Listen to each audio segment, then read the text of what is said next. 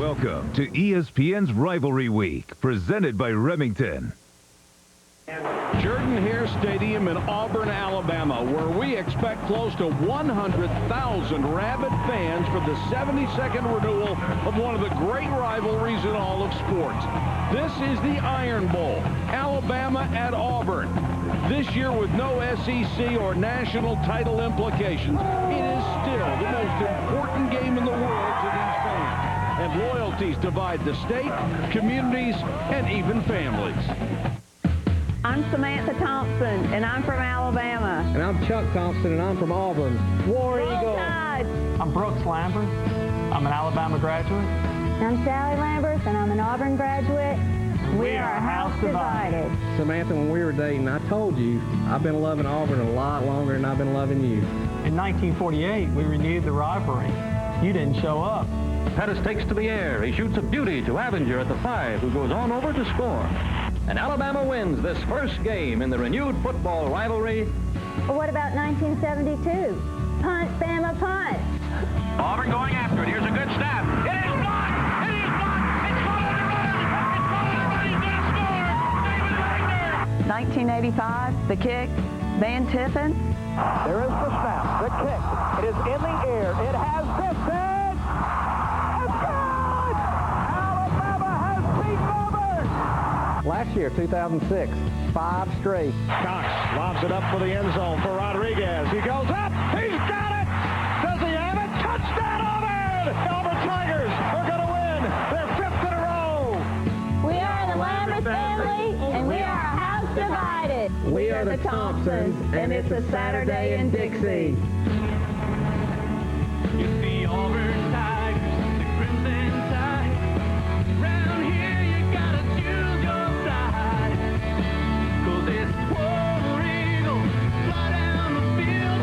Ever to conquer, never to yield. It's ram the tower, the yellow hammer. Give it hell, Alabama. 'Cause football is on.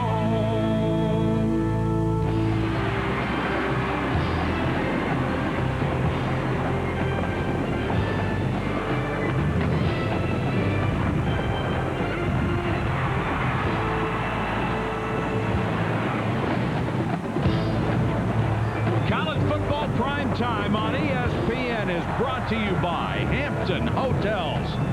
Standing room only at Jordan-Hare for the Iron Bowl, Alabama and Auburn for the 72nd time. Good evening, everybody. Mike Patrick, Todd Blackledge. It's great to have you with us. The people in this state have been talking about this game for 365 days, and the second it's over, they'll be talking about next year. This game in Alabama still means everything. It's one of the great rivalries in all of college football, and there's a few things that set it apart, Mike. First of all, it's usually close. 16 of the last 19 decided by 10 points or less. The fan bases for these two schools are second to none in terms of passion for their teams.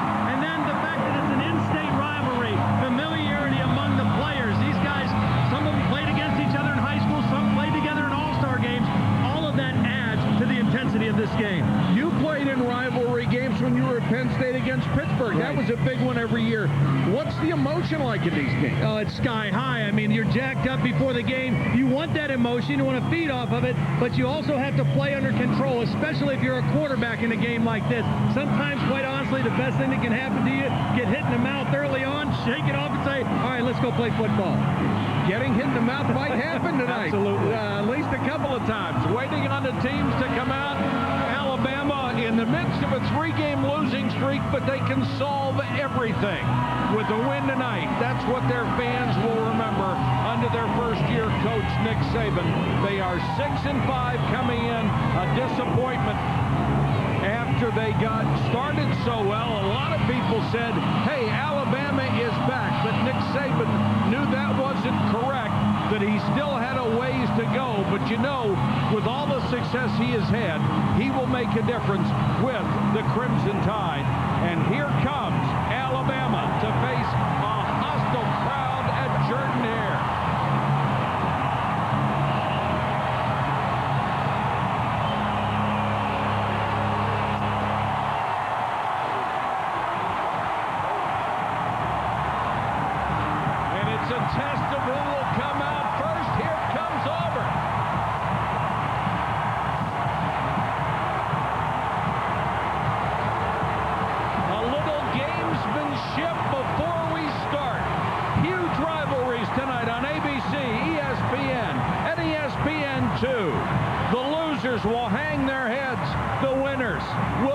celebrate. Here we go. I just wanna celebrate. I just wanna celebrate. Come on now. Let's go. Everyone stay up with me. Saturday night party. Let the band all blow their horns. We control what's going on. Let's do this thing our way. Live to see another day. Can't let us don't hesitate. Come on, y'all, let's celebrate.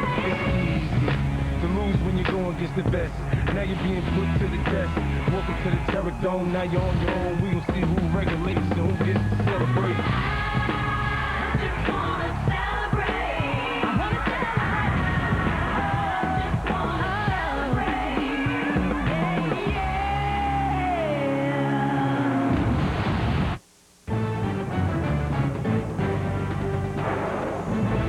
ESPN's College Football Primetime. Brought to you by Taco Bell. Think outside the box. Phillips Norelco. Sense and Simplicity. And Guinness Draft. Please drink responsibly. Of all the great traditions in the South in college football, this is the one that touches me the most. The War Eagle, Nova, flying down on the field here for the Iron Bowl, the 72nd renewal of the series between Alabama and Auburn. 100,000 people in the stands here, millions more watching on television, and a lot of people watching from the 1203rd Engineering Battalion in Balad, Iraq. They are stationed out of Dothan, Alabama. And some are Bama fans and some are Tiger fans. Here's some of the things they'll be seeing tonight in Iraq. We'll take a look at some of the great memories from this storied rivalry. And is the Iron Bowl the best rivalry in college football? Todd will give us his best 5. And of course, the culinary tour will continue with Todd's Taste of the Town. First question that Nick Saban asked us when we interviewed him on the phone. Todd, where are you eating, buddy? Yeah. Did you patent that by any chance? No, unfortunately, I did not. It might have been a good idea. Auburn will kick to Alabama. Jonathan Lowe and DJ Hall are deep. Javier Arenas is out with an injury. He's their tremendous kick returner. And here comes Lowe. Up to the 25. Let's check in with Holly. Guys, you can't believe the emotions down here on the field. It is crazy, and it's been a big emotional lift for Alabama as they got back 5 players who were suspended for 4 games for the improper receipt of textbooks. Now, Coach Nick Saban told me before the game this gives them a huge boost because of the depth issues they've been having due to injury on the offensive line. Marlon Davis, Antoine Caldwell back and will be a big help. Perhaps most importantly, though, Glenn Coffey to give them depth at tailback because Terry Grant has been so banged up. And Holly Coffey is out there right now. Coffey's going to start out the game. He's a bigger back at 6'2", 197, a little more powerful than Terry Grant or Jonathan Lowe or Roy Upchurch, other backs we might see tonight. Very important for Alabama to run the football with some success tonight. Out of the eye behind John Parker Wilson. Coffey. Big hole up the middle, and he pounds ahead to the 34 to tell us about that Alabama offense. Here's Alabama grad Brooks Lambert. For the Alabama offense, starting at quarterback, the Hoover, Alabama native, John Parker Wilson. His favorite target is wide receiver DJ Hall, who owns 7 different records, including career receptions for the Crimson Tide. The offensive line is led by Andre Smith, who's from the Iron City of Birmingham, the place that gave the Iron Bowl its name. That handoff nearly fumbled. And the strong safety, Zach Etheridge, was at the line of scrimmage and came up and stuffed it. Well, right away, a 3rd down situation for John Parker Wilson and the Alabama offense. This has been a sore spot for them this year. When they've won games, they've been effective on 3rd down. When they've lost games, in their 5 losses, only 29% conversion rate. They'll empty the backfield as Coffey goes out as a wide receiver. Auburn looked a little confused on defense. They come with a 4-man rush, and they knock it down. Eric Brock to tell us about the Auburn defense. Here's Brooks' wife, Sally. For the Auburn defense, on the defensive line, sophomore Antonio Coleman leads the team with 7 sacks. At linebacker, the playmaker Trey Blackman is also a sophomore. And senior Patrick Lee leads a secondary that has 11 interceptions in the last 8 games. And the 11th ranked defense in the country, which Auburn is this week, forces a 3-and-out. The punt to Dunn. Very short. He makes a fair catch up near the 35-yard line. 43-yard kick, no return. Good job by Auburn in the opening series. One of the things we're going to see from Auburn tonight, a lot of movement and shifts. They had an extra week. Very unusual to have an open week before this Alabama game. But that extra time, and plus their familiarity with Nick Saban's defense, a lot of shifting in motion, particularly with their tight ends, trying to confuse the Alabama defense. Here's one right away. You saw Tommy Tuberville with that tremendous record against Alabama, 6-2. Immediately, Brad Lester gets some running room off the right side. To tell us about the Tiger offense, here's Auburn fan Chuck Thompson. At quarterback for the mighty Auburn Tigers is Brandon Cox, the left-hander from Trussville, Alabama. He'll be handing the ball off to Brad Lester, who averages a touchdown every 14 carries. The offensive line is young with 3 true freshmen starting: Chaz Ramsey, Lee Zimba, and Ryan Pugh. Rashad Jackson is the injured Alabama player. He's been down on a knee and hasn't been able to get up on his own since the end of the play. And he's their leading tackler with 76 tackles coming into the game. Has had an outstanding season. Also leads the team with 6 interceptions. So good to see him back up off the ground. And that's 6 interceptions, is tied for 4th in the country. So he is huge for their defense in terms of turnovers. Rod Smith came in and just cocked. And there it is, that early hit in the mouth, you know. Welcome to the Iron Bowl. That's what it is right there. Rashad Johnson getting checked out. Probably see him back very soon. Got decleated.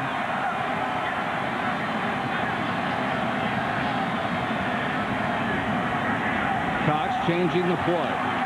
Lester wants the new play and the snap count. And he'll get it. Same play, better result. He's up to the 48-yard line. Here's the Crimson Tide defense. Chuck's wife, Samantha, does the honor.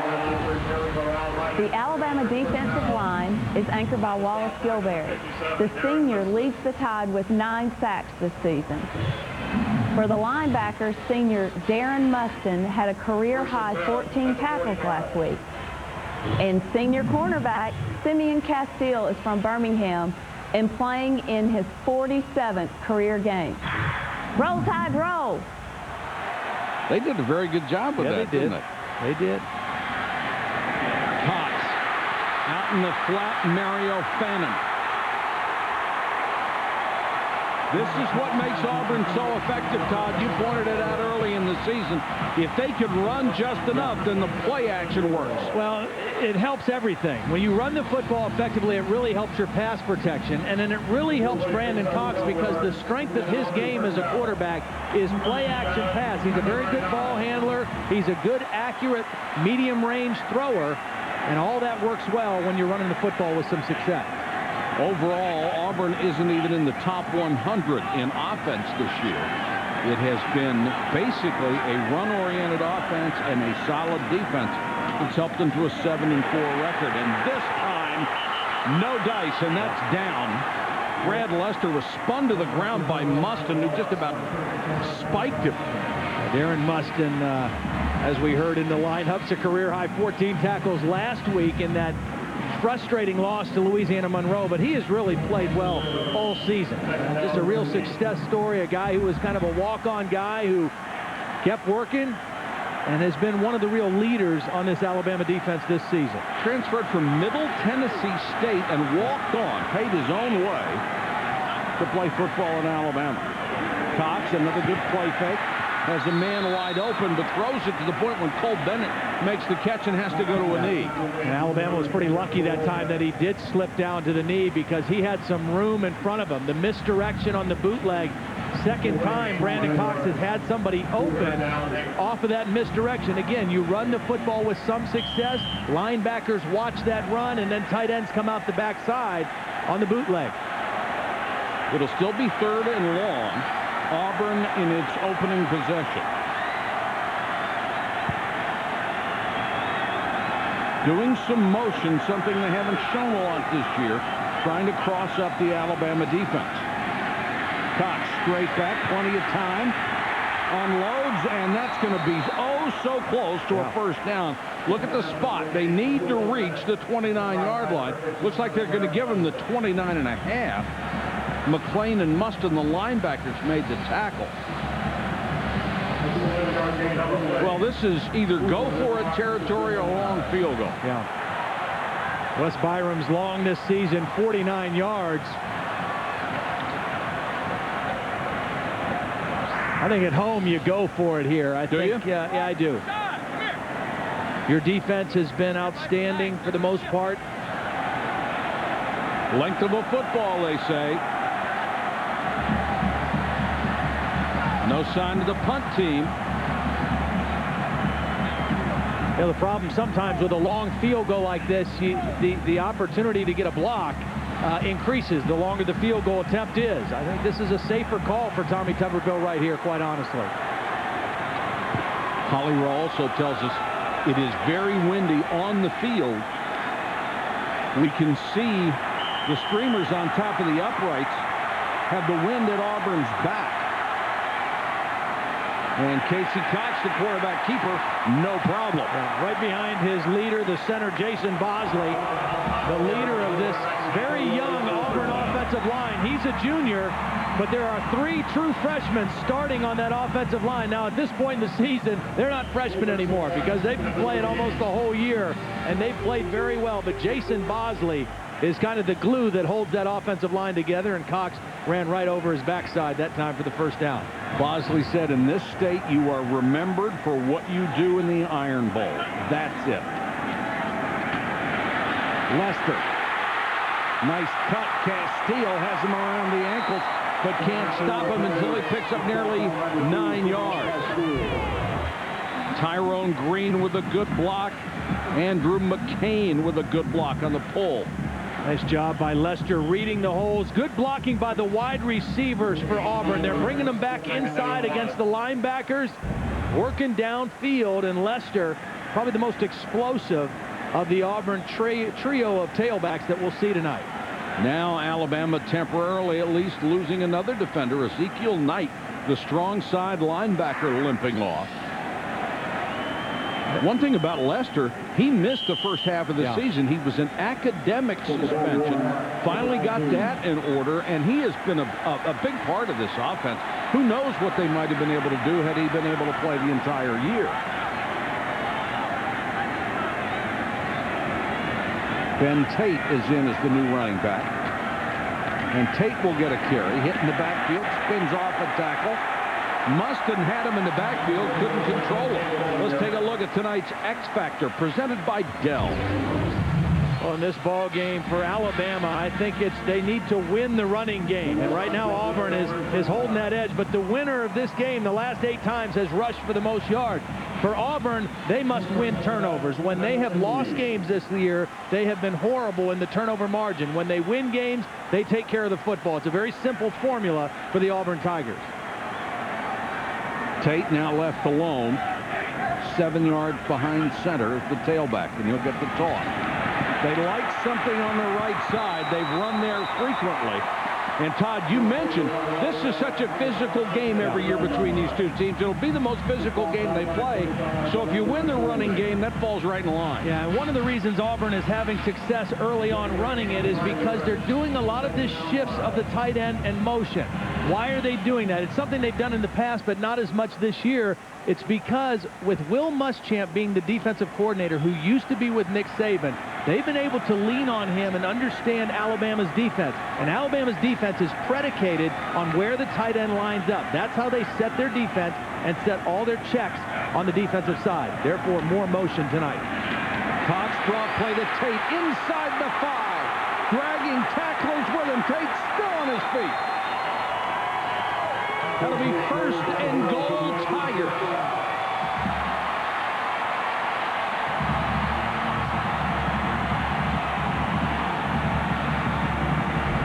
Tate comes in a little bigger back, 215 pounds, files a nice block by Tommy Trott, who lined up in the backfield, number 5. And right now, Auburn just overpowering the Alabama defense on this opening drive. Again, they had a week off. Alabama played last week. 11 plays, 63 yards on the drive. Tate again, first and goal, lowers his shoulder to the goal line. Touchdown, Auburn.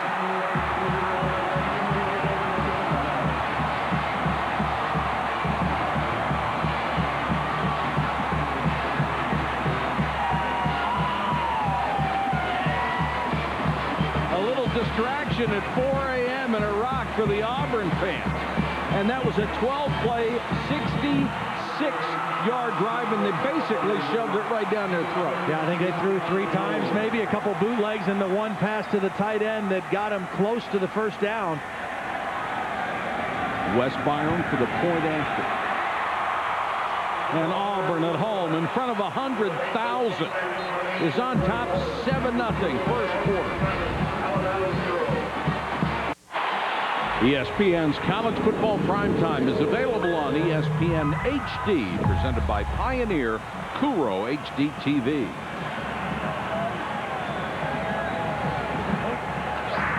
Auburn has now scored touchdowns in 6 of its last 8 opening drives. That one went 65 yards in 12 plays. Took almost 5.5 minutes off the clock. Lowe and DJ Hall are again deep to receive. Byram to kick for Auburn. Lowe from the 1. Swallowed up shy of the 20. Time now for tonight's rivalry notebook presented by Sonic. This is the 76th game in this series. Unbelievably almost, they didn't play from 1908 to 1947, basically because of an issue about per diem. Yeah. One school wanted $3.50 a day, the other one wanted $3 a day. They had a problem with an official, and they didn't play for 41 years, over 50 cents a player. Are you kidding? The Iron Bowl, man. It's the Cheapskate Bowl for 41 years.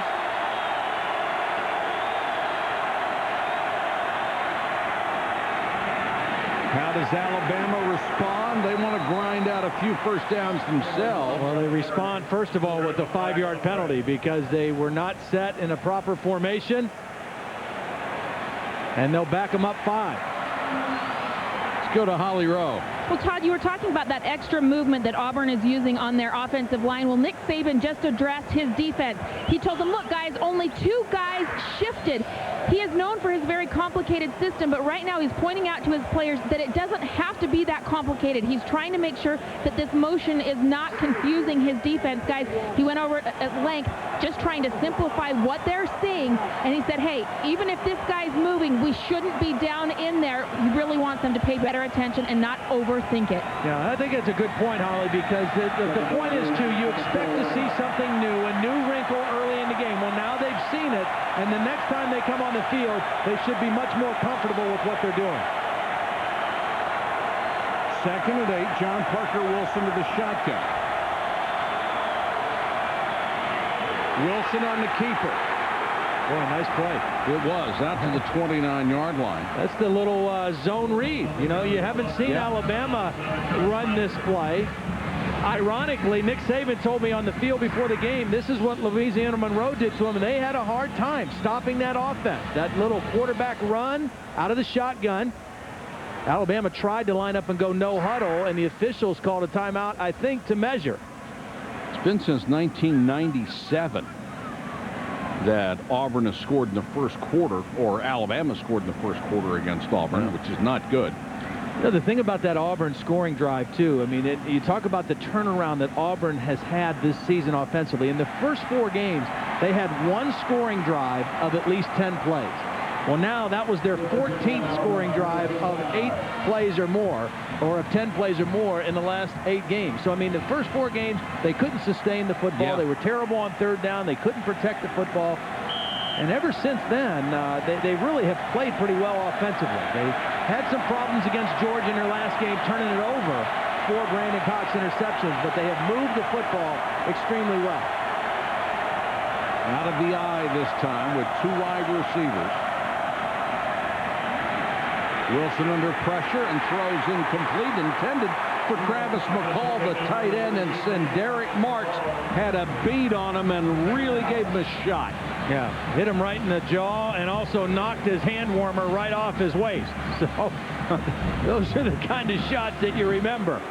John Parker Wilson trying to set. He just ran right around Caldwell. Now again, Antoine Caldwell, number 59, is playing right tackle. He started the season as the starting center, and he's one of those 5 guys that's been suspended for 4 games. That time he didn't play very well against Derek Marks. He was on the Remington preseason list as the best center in the country. They moved him to tackle because they felt they really needed him out there. And Coffey grinds out a couple of yards before Chris Evans, the leading tackler on this team, made the stop. And that's a big difference. I mean, they made the move because they feel this gives them their best 5 guys up front. But when you're a center, you're used to having guys on both shoulders. You're used to having help all the time in there. When you're a tackle, you're out on the edge. And if you're going against a good pass rusher who knows it's a passing situation, that's a whole different deal than a guy who's played center.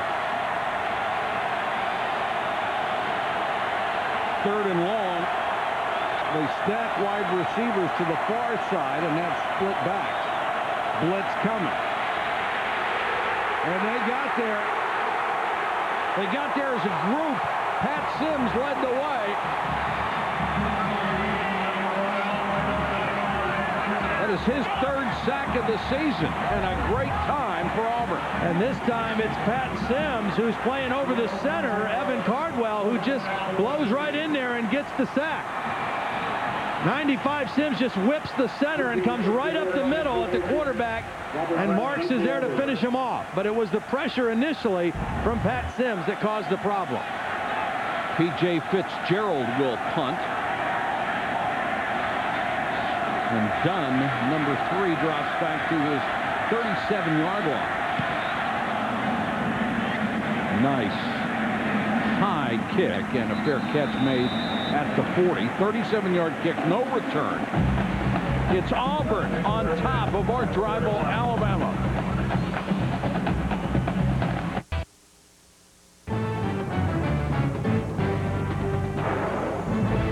ESPN's College Football Primetime is presented by Hampton Hotels. At Hampton, we love having you here. And in part by Hyundai Big Duh Holiday Sales Event. The same great cars and great deals. Welcome back to Jordan-Hare Stadium. Our aerial coverage for tonight's game, courtesy of the Outback Steakhouse Airship. Bloomin' Onion One, specializing in sports coverage all year. Look for the Bloomin' Onion One at sporting events all over the country. Auburn has controlled both sides of the ball so far. And they look like the more confident team, and they look like the fresher team. I mean, they look quicker and more sharp than Alabama in the early going here. Cox rifles that one down the middle, and it's caught by Smith. Rodriguez Smith with a 32-yard gain. Lionel Mitchell made the tackle, and Cox got that ball there just in time. First time they've thrown the ball down the field. They go off play action. He sets. He throws on time. Rashad Johnson, the safety, in position just a little late trying to make the play. And Rod Smith, their go-to guy, makes a big play down the seam of the defense. Every other throw to this point has been short. That one right down the heart of the defense.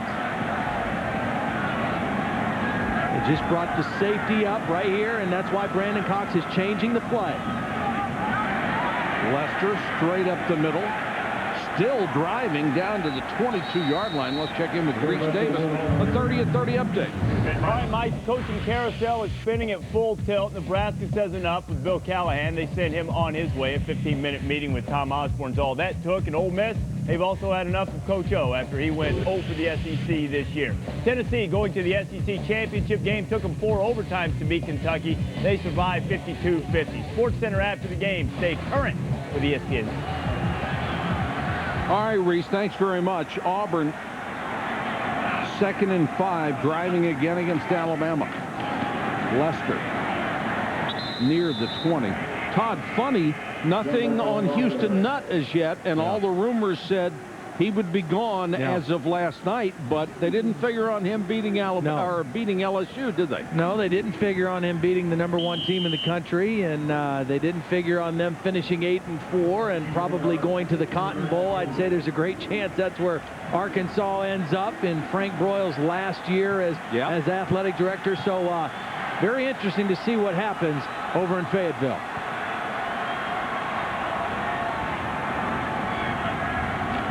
Third down, about 3. Cox, good protection. Throws. That ball was nearly picked off by Castile. Simeon Castillo is one of those corners who just has great ball instinct. He makes big plays. He's a guy who gets picks. He forces fumbles. He strips balls because he's a football player who has great instinct. Of course, his father, Jeremiah, was an All-American cornerback for Bear Bryant at Alabama. Great player for the Broncos. And he has those same kind of instincts around the ball. That'll bring on Wes Bynum for the field goal try at 37 yards. And Bynum drills it through. 16 out of 20 this year for the hero of the Florida game. Excuse me, Wes Byron. My apologies. With rivalry week coming to an end, what's the best rivalry? We'll have Todd's top 5 when we come back.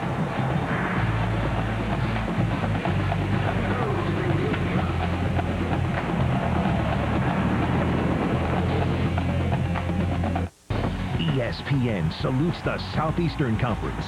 75 years of excellence in collegiate athletics. Boy, it's been a banner year for the SEC as well. 10 teams are eligible from this conference to go to bowl games. There are 8 automatic tie-ins, so somebody might end up being left out in the cold even though they are bowl eligible. Just being eligible doesn't mean you'll get a bowl. I hope Mississippi State gets a good bowl. Sylvester Croom has done a wonderful job down there. Well, he beat both of these teams, Auburn and Alabama. Amazing, That's quite a feat for anybody in the SEC West.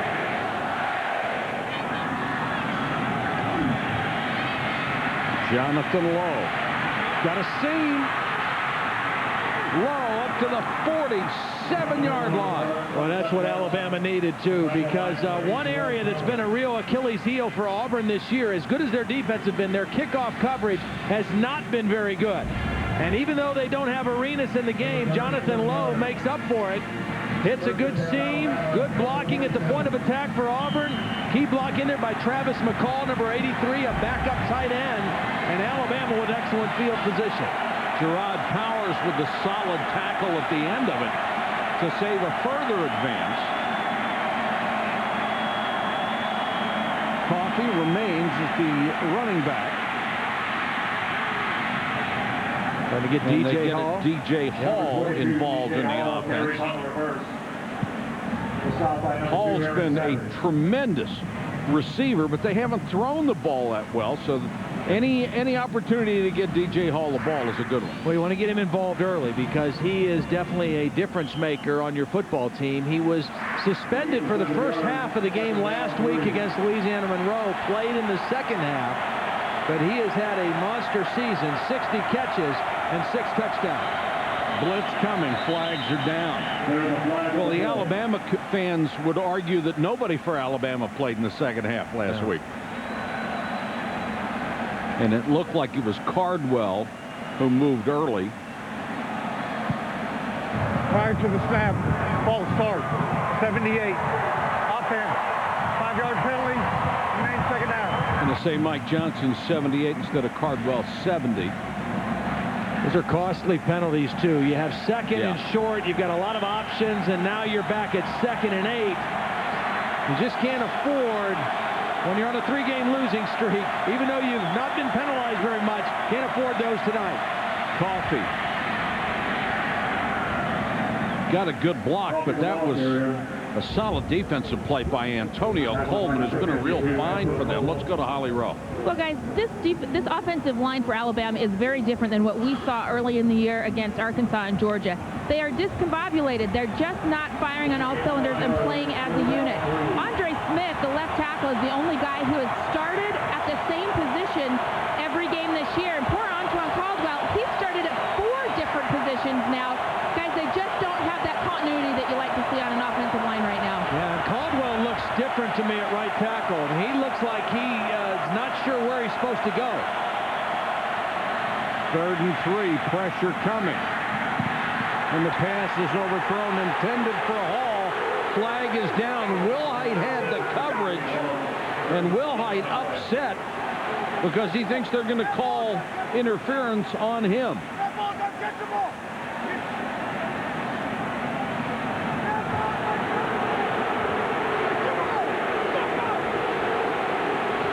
And they are.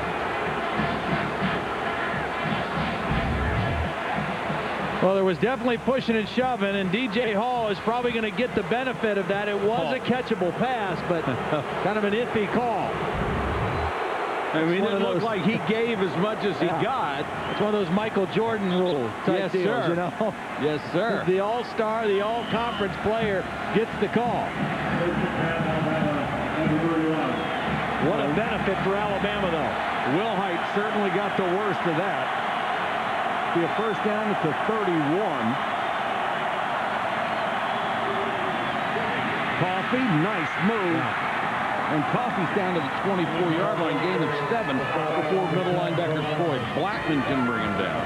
I think for Alabama, the best place to run the football is going to be to that left side behind big Andre Smith. As Holly said, he's the only guy who started every game at the same position, and he is their best offensive lineman. He's just a sophomore, but at 6'5", 340 pounds, very athletic, very light on his feet. And Marlon Davis, the left guard, had been a starter at that position before he was suspended. Coffee. And certainly he is appears that he's going to get the bulk of the carries. And although he doesn't look a lot bigger than the other guys in the backfield, he certainly seems to run bigger. Yeah, he does. He runs with his pad level a little bit lower, initiates a little more contact, and that's what you need in a game like this, because this is a physical football game. And the better that Alabama can run, the better their pass protection will be for John Parker Wilson. You know, I was here, this is my 4th Iron Bowl that I've broadcasted, and I was here 2 years ago when Brody Croyle was the quarterback for Alabama, and Auburn sacked him a school record 11 times. And part of that is when you shut down a team's running game, you can really pin your ears back and go after the quarterback. And that's what Auburn has been able to do to Alabama the last couple years in this rivalry. Will Muschamp, the defensive coordinator, 2nd year here at Auburn. He was with Nick Saban at LSU, and then also for the 1 year with the Dolphins in 2005. Very familiar with Nick's system, but also very appreciative of what Nick has done and meant to him in his career. Said he wouldn't be where he is today without Nick Saban. First down from the 21 out of the eye. Auburn showing blitz. Got an 8-man front, and when they came up to show that 8-man front, somebody on the Alabama line moved. Yeah, and they just got to hold their water. I mean, that was a late shift by Auburn. You got to hold in there. False start. 76. It's Marlon Davis, the right guard. Of course, they have switched so many guys along the offensive line, and you want guys who can play different spots. But I agree with your analysis. You move a guy from center to tackle, that's a huge difference. That's a big change. And even though he's athletic enough to play out there, it's different. Wilson, good protection. Throws underneath, and Coffee will only get a couple of yards out of this. And that is going to be the last play of the first quarter.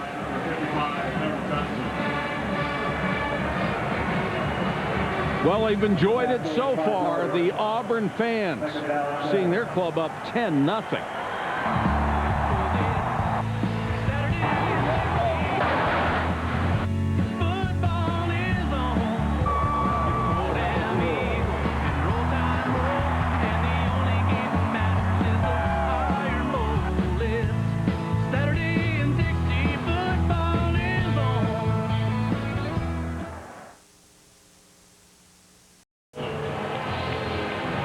Welcome back to ESPN's College Football Primetime, presented by Hampton Hotels. 100,000 watching here. They're also watching in Iraq. The 1203rd Engineering Battalion in Balad. Their home base is Dothan, Alabama. You all stay safe over there, all right? Hope you enjoy the ball game.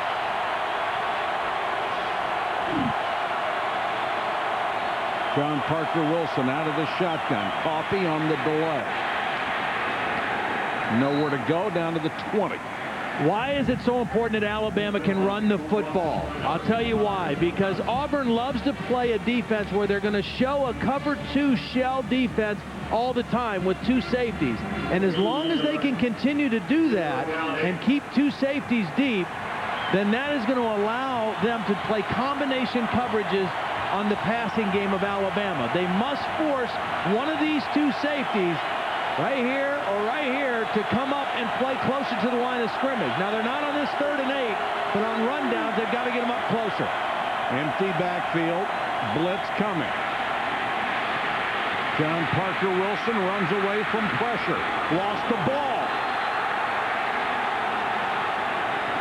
No official signal as yet. John Parker Wilson was the first guy who had a shot at it after Pat Sims had a shot at him. And last year in the ball game in Tuscaloosa, it was 2 fumbles by John Parker Wilson caused by Quentin Groves on sacks that led to 2 early touchdowns for Auburn. This time Sims chasing the play from behind. Great hustle play by Sims. Knocked the ball loose, but Alabama not only gets it back, they get a first down out of it. And the fumble resulted in a first down. He was at least a yard shy of the necessary distance.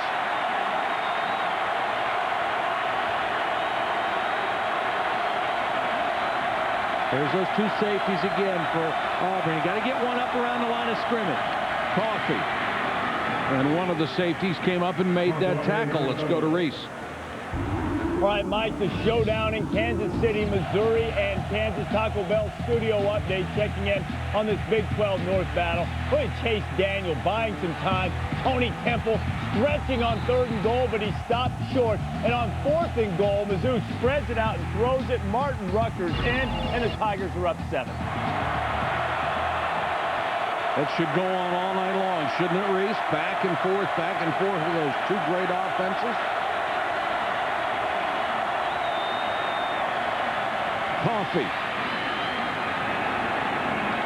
Good response right here by Alabama. Power in the football. Again, if they can establish their running game, if they can force Auburn to play honest defensively, they can protect their quarterback, and they can get to their weapons, which I think one of their real weapons are their wide receivers. DJ Hall, Matt Caddell, Keith Brown. They could get some matchups against this Auburn secondary, but they must run the football first to open up their passing game. 3rd down, Coffee. Hitting the backfield, dives forward, and did not make it. He was stoned right there outside the goal line. Trey Blackman, the middle linebacker, got penetration. It's 4th down. He is a big-time hitter. He's not overly big as a middle linebacker. 6 feet tall, 220 pounds, but when he hits you straight ahead, you go backward. I mean, he does not slow down when he tackles. What do you like here on 4th and a yard? I like a timeout right now because I don't like all those faces turned over to the side. I think you got to go a little play action here with John Parker Wilson. I don't think you're going to run this thing in against Auburn from here. They're stacked up in a tight formation. John Parker Wilson on a quick count. No signal of any kind. Auburn saying they didn't make it.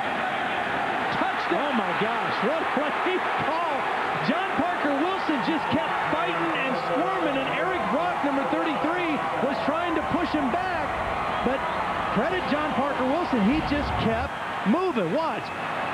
He's going to kind of bobble the snap, but watch, he stopped right there. But he just keeps driving and pushing and shoving. He's still moving his feet and his legs. And by the time the line judge gets over there, he calls it a touchdown. Wow. Well, they don't like it here, but they're loving it in other parts of the state of Alabama. Now, they're going to review this, and there's no way they can review this. They can look at this I don't know how you're going to see where the ball is. Until the videotape wears out.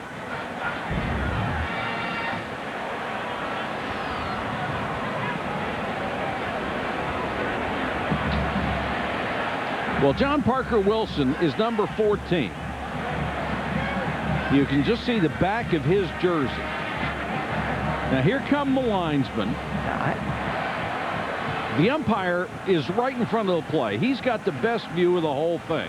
Yeah, I thought I saw John Parker Wilson's head over the plane of the end zone, but I didn't see the ball. Well, they see it halfway around the world. They make a better call. Well, I'll tell you what, it's kind of dangerous going on a quick count down at the goal line, too, and they got enough of a push. They ran behind B.J. Stabler, the right guard. Well, I don't know how you could possibly overturn this. What are you going to see? No, there's no way. You can't do. Every shot we looked at, you couldn't see the ball. No. After review, the ruling on the field stands. Touchdown. So Alabama with a huge drive to get back in this game, and a huge play on 4th and 1. They get it in. A sly smile on the face of Tommy Tuberville. And remember the snap. He barely got the snap clean, and then just kept pushing and shoving. And Tiffin with the point after. Alabama closes within a field goal. Second quarter at Auburn. I thought it was Auburn's touchdown. There he keeps himself. He's going to run himself from there. Got that thing. Got fired. He scores. Harry Davis takes it in for Alabama. That 1971 game marked the only time these two great programs ever faced each other when they were undefeated and untied. And here are the longest streaks in the Iron Bowl series. Alabama with Bear Bryant won 9 in a row. Auburn has twice won 5 in a row, including the current streak. If they get the win tonight, it would be 6 in a row for Tommy Tuberville, and that would be #1 all-time for the Tigers. Yeah, that 9 in a row streak from Alabama was broken 25 years ago in 1982, the Bo Jackson over-the-top game. Mario Fannin on the return for Auburn. Stumbles across the 20. Let's go to Holly. Well, guys, believe it or not, there is a group of people who have been to every single Iron Bowl since it was resumed back in 1948. One of them, Alabama fan Dick Coffey. He is attending tonight his 712th consecutive Alabama football game. Earlier this year, we talked to him before the Arkansas game, and he'd actually had to go to the hospital and have his heart shocked to get the defibrillator going. That wasn't going to stop him. He got right back in, came in, went to the game, and hasn't missed one since, guys. That's like 60 years of football. Great. You haven't missed it. That's great. Come on, I need a new battery for my defibrillator so I can go to the game. Ben Tate with a nice run out near midfield, 28 yards. That'll get your heart started. Well, Tommy Trott, number 5, is doing a great job blocking. The tight end just turns his man out, opens up a nice seam for Ben Tate, and a loss of contain by the Alabama defense on the perimeter. Bad leverage by the Alabama defense, but credit Tommy Trott with a huge block on the edge. Both of these teams want to run the football, and they both need to.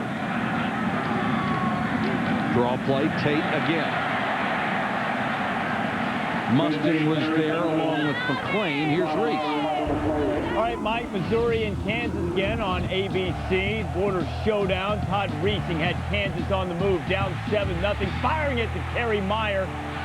backup quarterback and part-time wide receiver for the Jayhawks. And now Reesing firing into the end zone, and a terrific interception by William Moore snuffs out the threat. Missouri still leading by 7.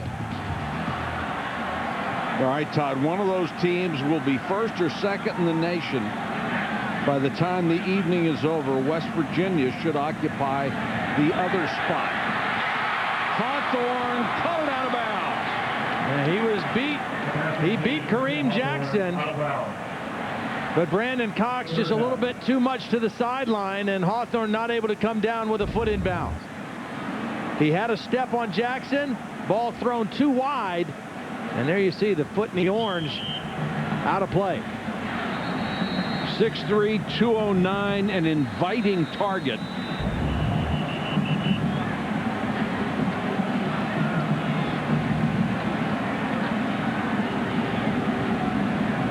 And there is a flag down on the play near the 40-yard line. Against the Alabama bench, that is their first warning.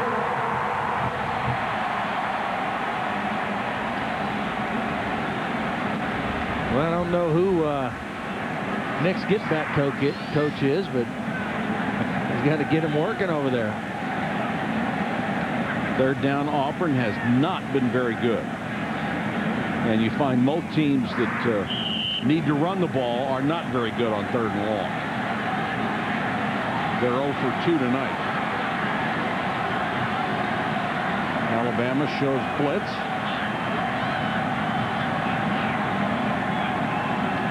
But only come with 4. Cox with room, goes to Tate. Tate's got the first down and more. 35, 30-yard line. First down, Tigers. Lionel Mitchell made the tackle. Really nice job by Brandon Cox. Not known as a scrambler, not really a running threat, but you don't have to be an effective quarterback. You do have to be able to buy yourself time. And that's what Brandon Cox does here. There's a free rusher. He eludes that, and then just flicks it out to his safety valve, Tate, who gets the first down. Keep your vision downfield, scramble to buy time, and then make a play.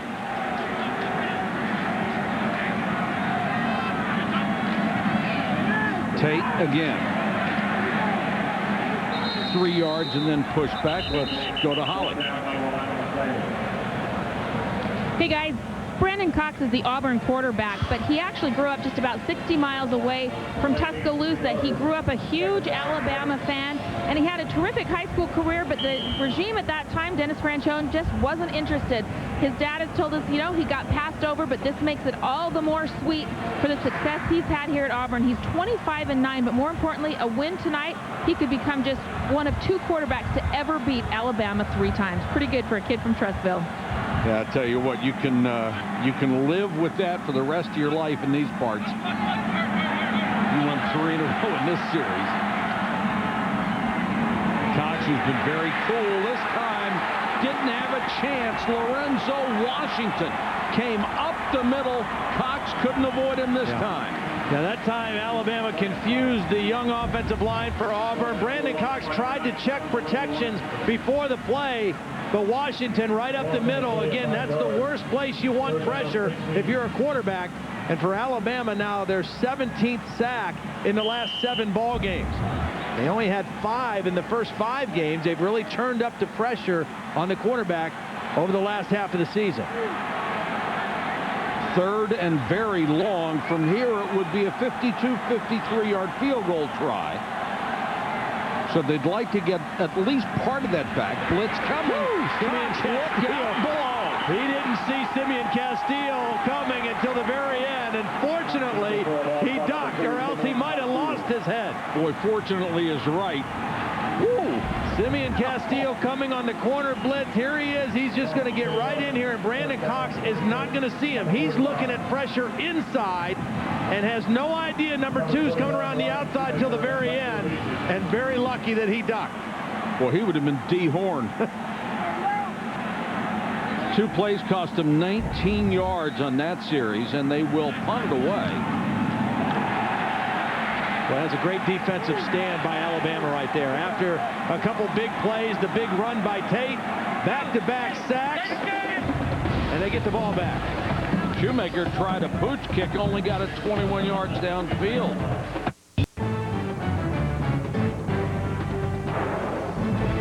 ESPN's College Football Primetime, brought to you by Saturn.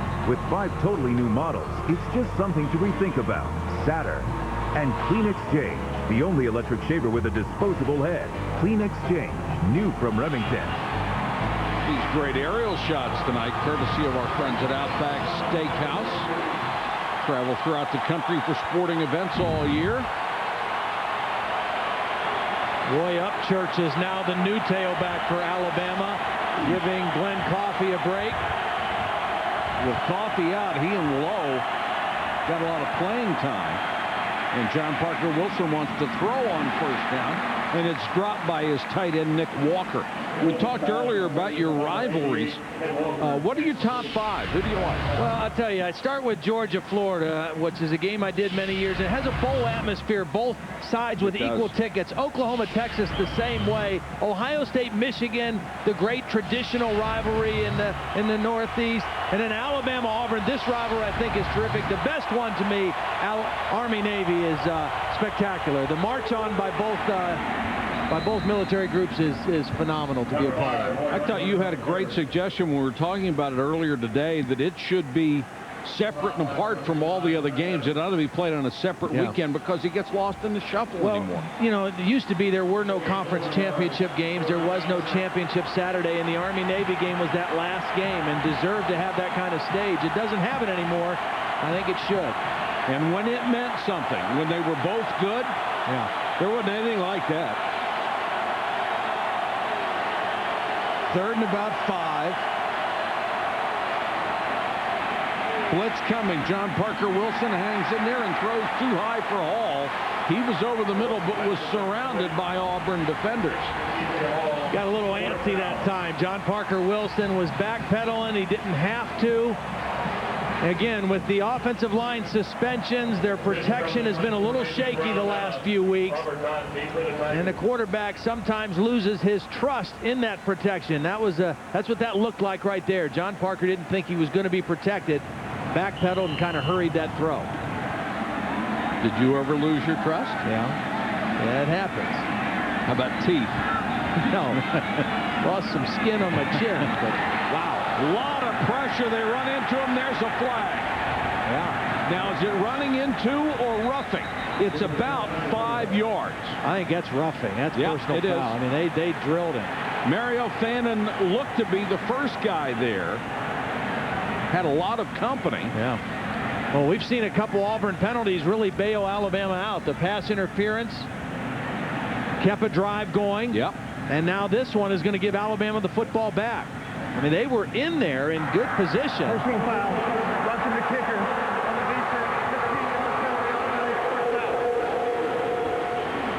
And when you rush the punter, that's Eddie Grand, the special teams coach. You go for a spot where the ball's coming off the foot, not for the kicker himself. They come up the middle, and they just hit the leg of the punter. It was Mario Fannin. Yeah. His chest will hit the foot of Fitzgerald, and Fitzgerald does what punters do. He goes down like he was hit with a truck. Draw play, Upchurch. Well, that's a hard run, straight ahead. Ran over Bo Harris, who hung on to make the tackle. Talking to some of the Alabama coaches, Major Applewhite, down on the field before the game, they really felt like if we can run the football and force Auburn to bring one of those safeties up to the line of scrimmage, then we can have an advantage throwing the football, because they do a great job of disguising their coverages all out of a two-safety look. There's Major right there, youngest coordinator in college football at age 29. Upchurch, very close to the sticks. Chris Evans on the tackle. I think Alabama has settled into this game. I think early on they did not look settled. Auburn went right down the field on their opening possession and scored. Alabama looked a little confused, a little tired, but they've got a new energy, and they look settled into the football game right now. Check in with Holly. Guys, just something interesting to note. We've seen a steady dose of Roy Upchurch and Glenn Coffey at running back for Alabama tonight. Now, Terry Grant, who's been their record-setting freshman, he's over on the sideline. He's just been kind of standing on the bench, standing without his helmet at times. He doesn't look heavily involved in the game plan right now like he's imminently coming in. They didn't tell us before the game that he couldn't play, but they've just told us he's very banged up. But, guys, interesting that they don't have their really great punch at running back right now. Well, how much of that, Holly, is him being banged up? How much of it is having Glenn Coffey back from that suspension for the receipt of textbooks that he wasn't supposed to get? This is about an inch on third down.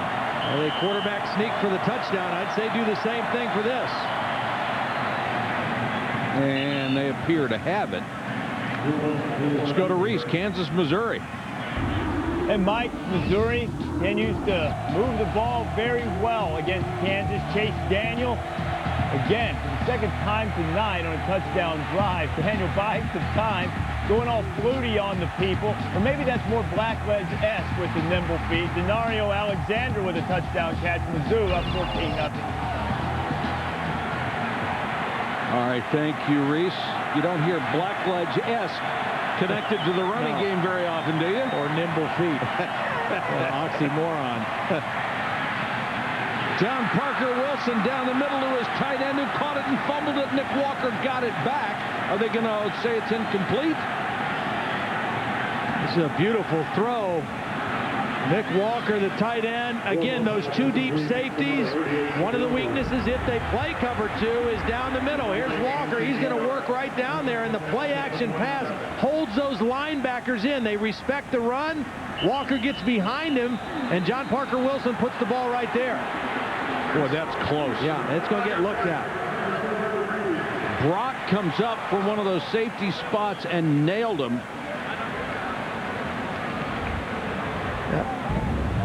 Well, there is some question of whether the ball stayed on his foot. Remember, in college football, if the ball touches the ground, whether the player has control of it or not, did it hit the ground or his foot? It's on his foot right there. I don't think that ball ever hit the ground. And Nick Walker secures it. Major Applewhite's right next to us banging on the glass. He's upset. But I think they're going to keep this one because I don't think the ball ever hit the ground. Oh, how about that? That was Pele-esque. Speaking of nimble feet. That was a big-time play. Throwing it down the field, play action. Again, your running game sets up play action. Linebackers have to respect the run. If you're running with some success, that opens up some things. They're going to tell the referee the ball stayed on his foot, and he's going to say it stayed on his what?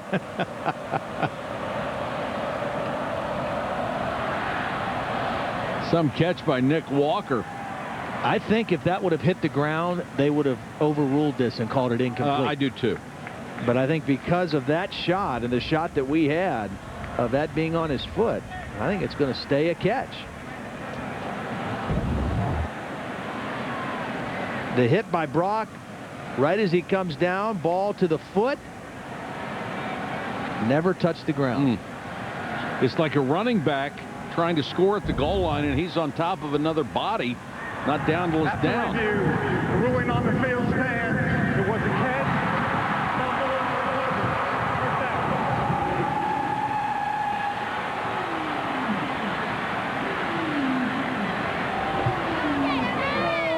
So a huge play by Walker there to concentrate that much and go get the ball off the top of his shoe. 4:56 and counting first half. Alabama is driving down by 3. Upchurch remains in as the tailback.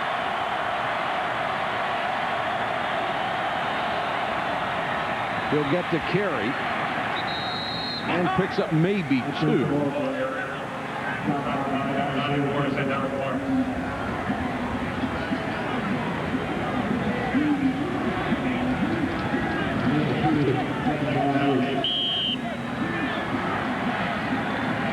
Blackman, the middle linebacker, looking to the sideline for the defensive call they want on 2nd and 8.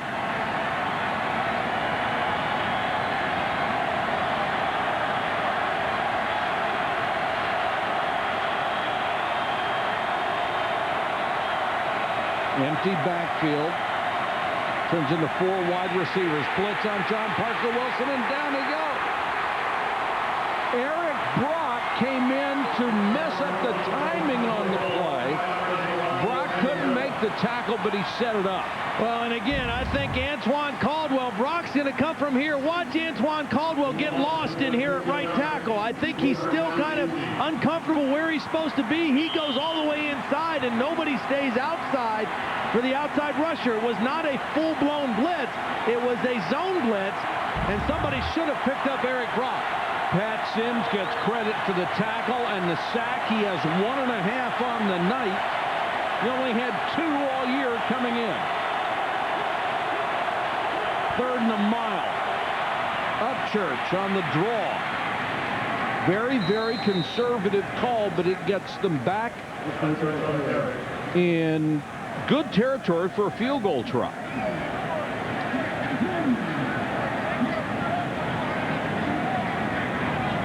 Nick Saban talking to his quarterback.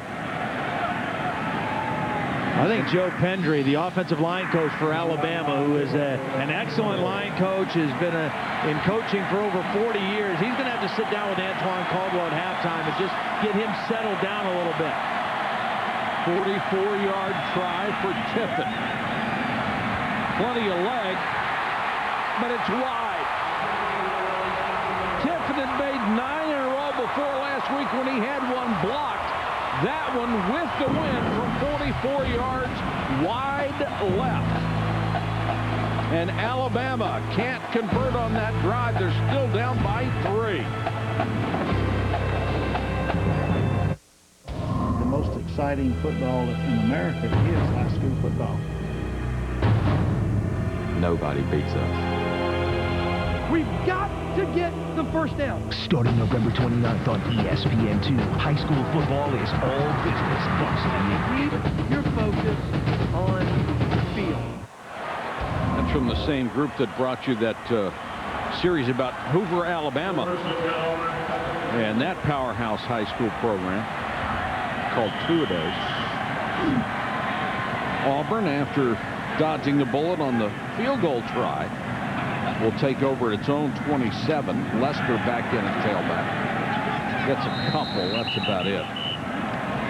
Here is tonight's Aflac trivia question. Who is the only Auburn starting quarterback to beat Alabama 3 times? 3 times. Well, Brandon Cox has won twice, and he's hoping to become the second one to do that. Could it be that guy on number 7, Pat Sullivan? Could be. Won just about everything, including the Heisman Trophy.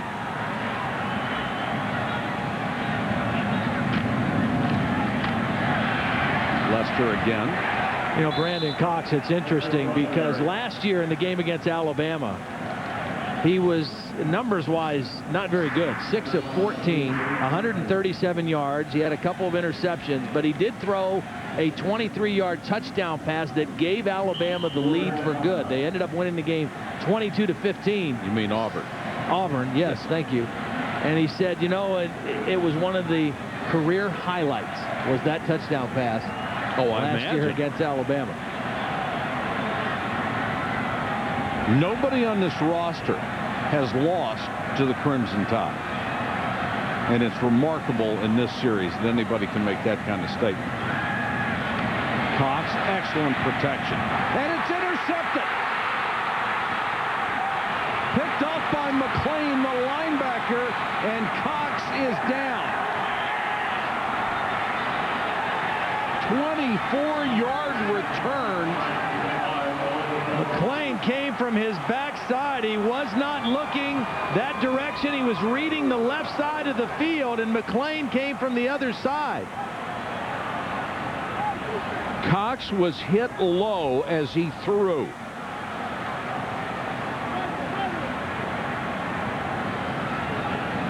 And this crowd is stunned.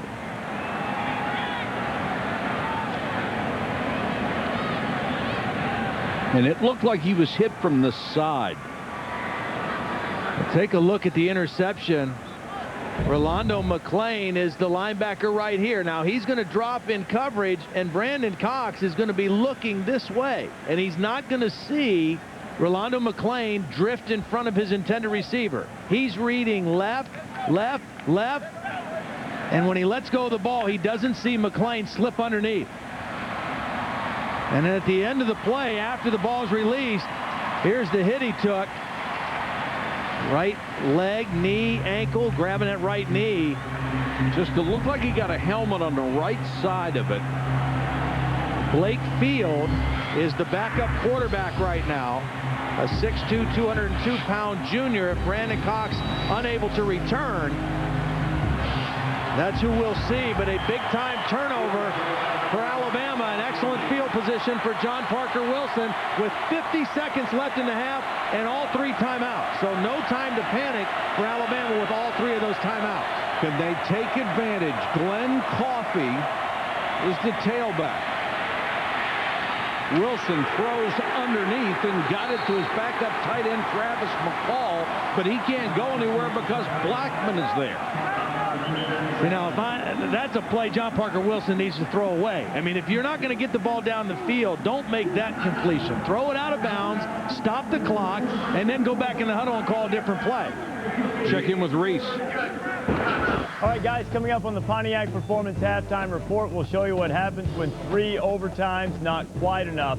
Tim Tebow continues to rack up unbelievable numbers. We'll show you the latest from the Gators quarterback in their rivalry game against Florida State. And the latest on the border showdown, Missouri and Kansas winner trying to get to the Big 12 championship game. Lou and Mark are alongside. We'll see you guys in just a bit. All right, Reese, we have 37 seconds to go in the half here. Alabama already within field goal range. The question for Auburn right now, what about Brandon Cox? Well, the good news is they're 37 seconds away from halftime, so they'll have an extended period of time to evaluate and check him out before they may have to make that decision. He's up.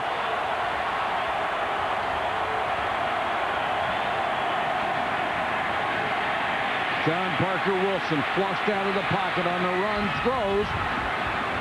And the tight end down at the 11-yard line, Nick Walker, gang tackled there with 24 seconds to go, and they call a timeout. We'll be back to Auburn in just a moment. John Parker Wilson will throw for the end zone. Hall tipped it up in the air, and it's intercepted by Gerard Powers.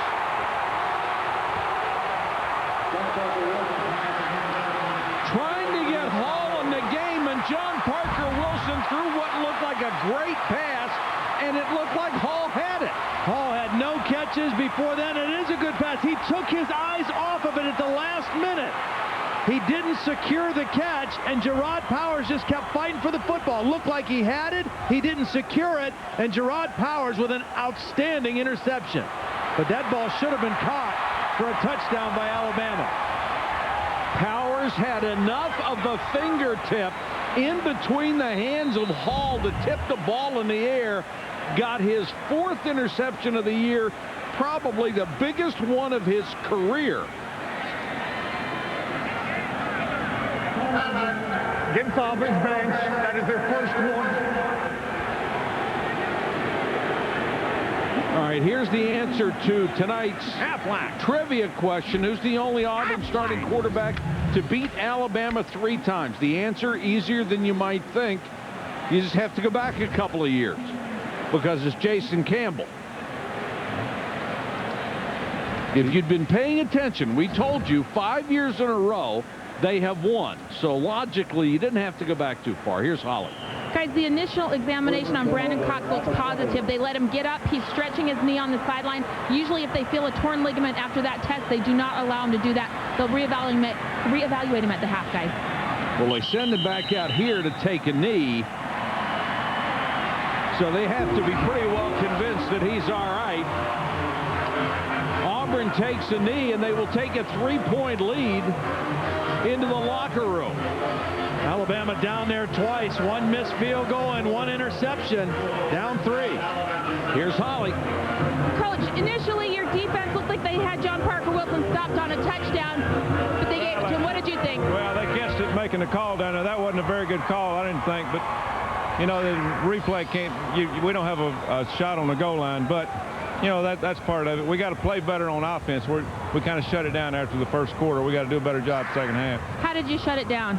Well, they made plays, and we didn't. You know, they started blitzing from the corners, and we didn't protect very well. We gave up a couple sacks, so we got to do a little bit better in protection this half. All right, thanks, Coach. Thank you, Holly. Our halftime score is Auburn 10, Alabama. Let's join Reese Davis for the Pontiac Performance halftime report.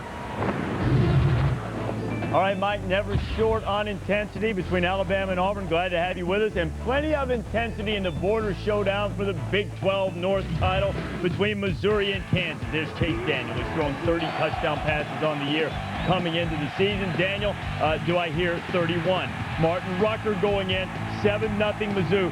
Mark, what about this spectacular interception in the end zone by William Moore? Does a great job of getting his body in front of the receiver and reading the quarterback, reaching out, stretches out, gets the interception for Missouri. That was Todd Reesing's first pick in 213 attempts. And then Daniel to Denario Alexander, Lou. Well, quarterback's always going to scramble to his right when he's in trouble. Here he comes when he's there.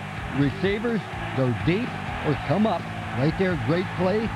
Made possible because he broke containment. Deep receivers come up, short receivers go deep. That's it. That's it. When that's the rules, quarterback scramble. It's a windy night in Kansas City, and Scott Webb goes postal on the 33-yard field goal attempt in Kansas. The Fighting Mangino still held off the board, and Webb trying it a second time, and oh boy, it looked as if the wind just grabbed that when he yanked it left. 45-yard attempt in Kansas, still unable to get into the end zone. This Kansas team, second in the nation in scoring this year, and Missouri has shut them out. Just a minute and 13 seconds to go before halftime in Arrowhead Stadium. That game is on ABC. Big East championship game de facto between West Virginia and UConn. Winner would represent the conference in the BCS. Steve Slayton going 31 yards, Luke. Oh, just a fine blocked play there. They just have so much weapons there at the skill position. Hey, they rushed for over 400 yards in the second half, Mark. Are they number one in the nation when the new poll comes out? Yes, they are. In my book, they're number one, and they're the favorite to win the national championship. 66 points West Virginia put on UConn. They still have the backyard brawl, but they are going to go to a BCS game, maybe the BCS game. We'll sort everything out for you. You've seen Pat White put on a big-time show. Georgia had an in-state battle against Georgia Tech, and Tennessee had to work overtime and then some to try to get to the SEC title, and more TiVo.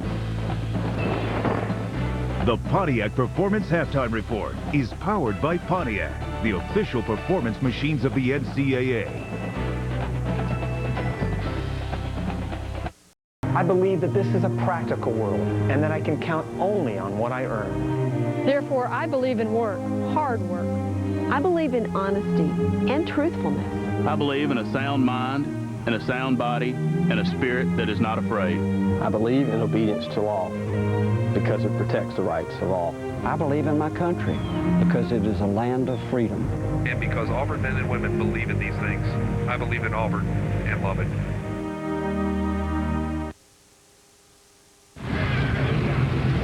You're watching ESPN's Rivalry Week, presented by Remington. Roll Tide! War Eagle!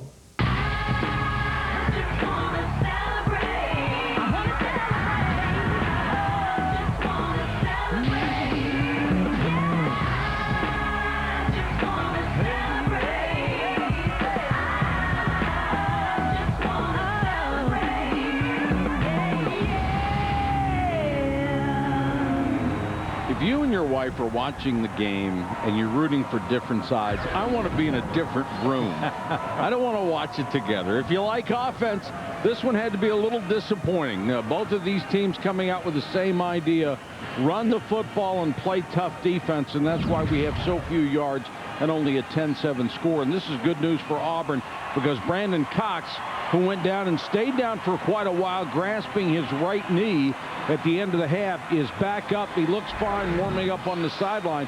What do we see in the second half? What's going to change this for one of these teams? Well, I think turnovers are still an important part of this football game, and who's going to take advantage of a situation? You know, that first half, the thing that stood out to me, Alabama had some opportunities, didn't capitalize on their turnover. Right. 1 of 2 in red zone opportunities, and that was their problem last week. They were 2 of 5 in the red zone against Louisiana Monroe.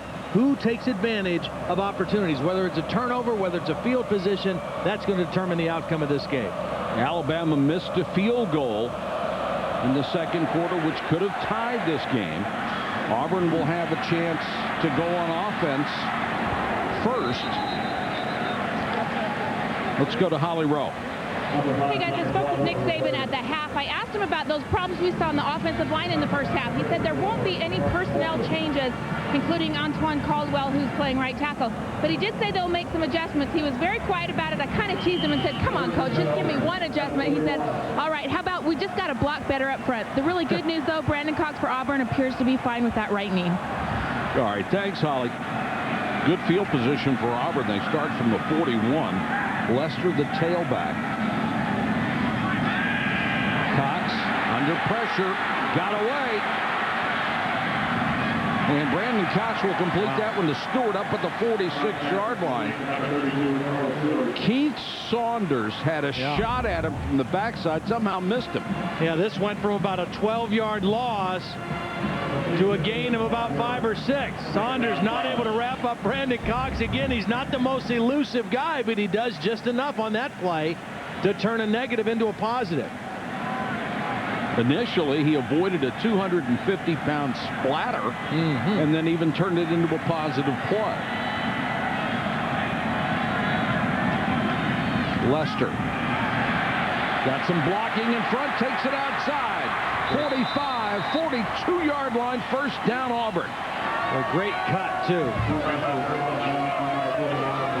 His center, Jason Bosley, got out there and threw him a good block. Yeah, Bosley's going to get a block, and Montez Billings, number 84, wide receiver, is going to get a good block on Kareem Jackson, and then Brad Lester just sets him up. He dips in. That caused Kareem Jackson to step inside, and they showed that burst getting to the corner. Boy, when Jackson did that, he just gave him the corner. Yep, sure did.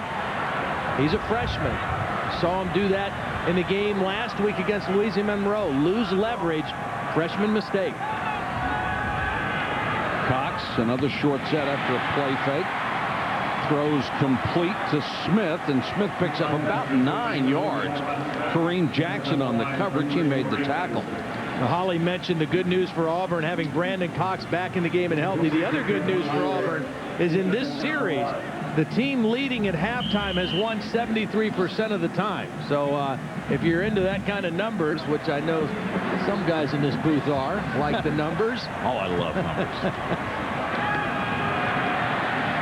Lester dragged back after he has the first down inside the Alabama 30-yard line. It was the middle linebacker Rolando McClain who was in on the tackle again. McClain's had a big night.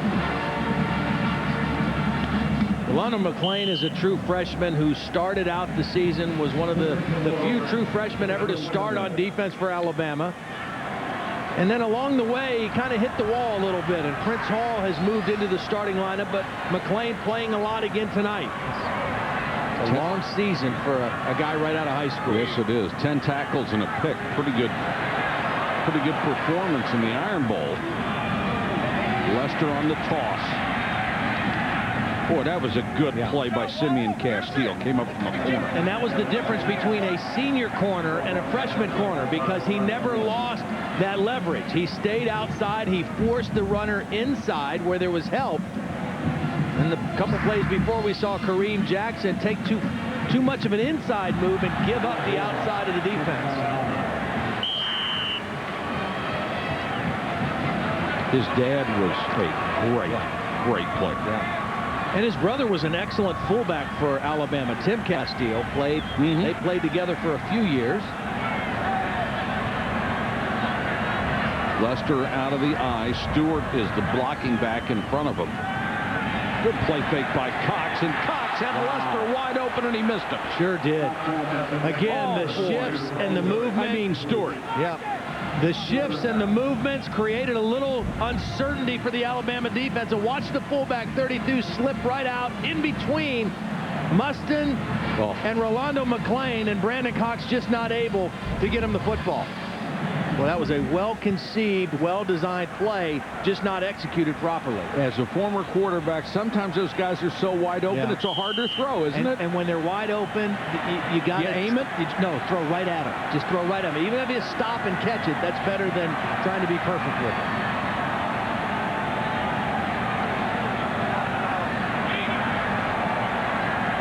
Alabama with a lot of folks around the line of scrimmage. That's why Brandon Cox is changing the play here.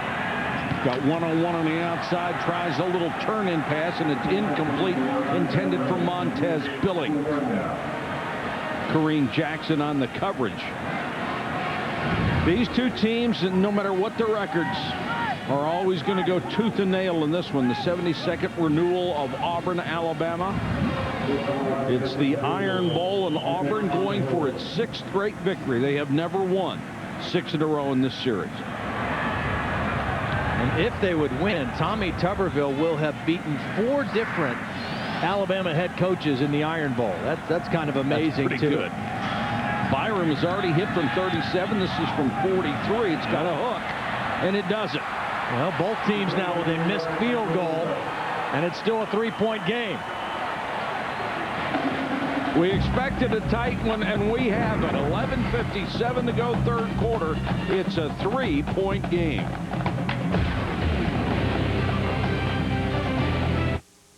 ESPN's college football primetime available on ESPN HD, presented by Pioneer Kuro HD TV.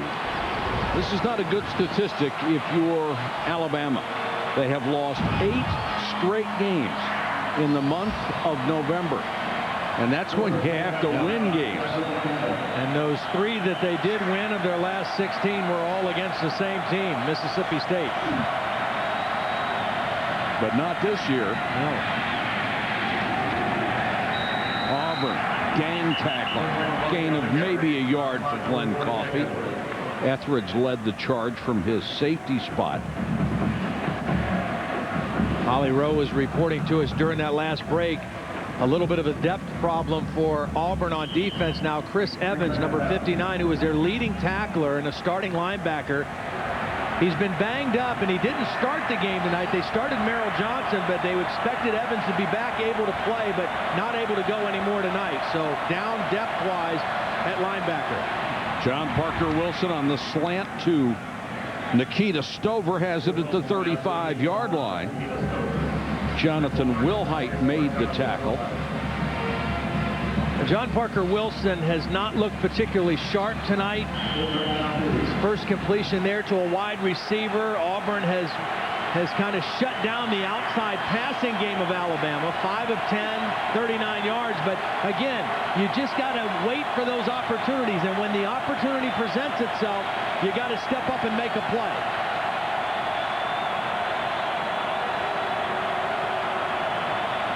Third and about 1.5 yards. Diving for it, the fullback Stewart. He's not going to be there. I thought you made a great distinction early in the year with John Parker Wilson. When they played against Arkansas and he was going against man-to-man, he just torched him. Yeah. But against the zone, he hasn't been that effective. Neither have his receivers. And Auburn is primarily a zone defensive team. They like to line up with those 2 deep safeties, and they roll to a lot of different coverages out of that same look, but most of them are zone coverages. Well, John Parker Wilson was lingering on the field that time. He looked like he wanted to go for it. No, he got to punt the football. Have to send on Fitzgerald.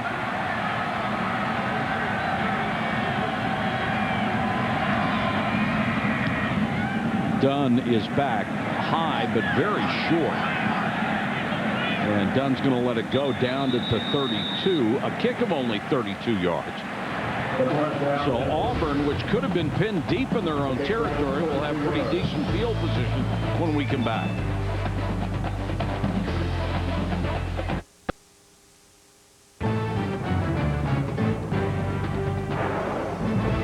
ESPN's College Football Primetime, brought to you by Dodge. Live life to the fullest. Dodge. Grab Life, and Clean Exchange, the only electric shaver with a disposable head. Clean Exchange, new from Remington. Shot at Toomer's Corner from the Blimp tonight. The Bloomin' Onion one. Downtown Auburn, Alabama. Just a beautiful little city. I'll guarantee if Auburn wins, it'll look different with all the toilet paper. That's quite a sight to behold. If you've ever been here for an Auburn home game and they win, they decorate. Outback Steakhouse, proud sponsor of the Outback Bowl, providing all those aerial shots tonight. Lester on the toss sweep. Plows forward to the 37-yard line. They've run very well on first down in particular, which sets up their offense. Lester's done a good job as well. Both of these teams very similar in the sense that they are not built to just be drop back pass teams exclusively. They must run the football to set up play action pass and to protect their quarterback. That's why you just keep pounding away even though you're not breaking off big time runs. Lester again to the 40. Let's check in with Reese on the Kansas-Missouri matchup. Guys, it looks as if Missouri is headed for the Big 12 championship game, up 14-0. Kansas, which all season long is taking care of the football. Todd Reesing had thrown only 4 interceptions all year. Picked off for the second time tonight off the deflection. Caston Bridges going the other way. And Missouri just paid it off with a touchdown, extra point pending. It's 20-0.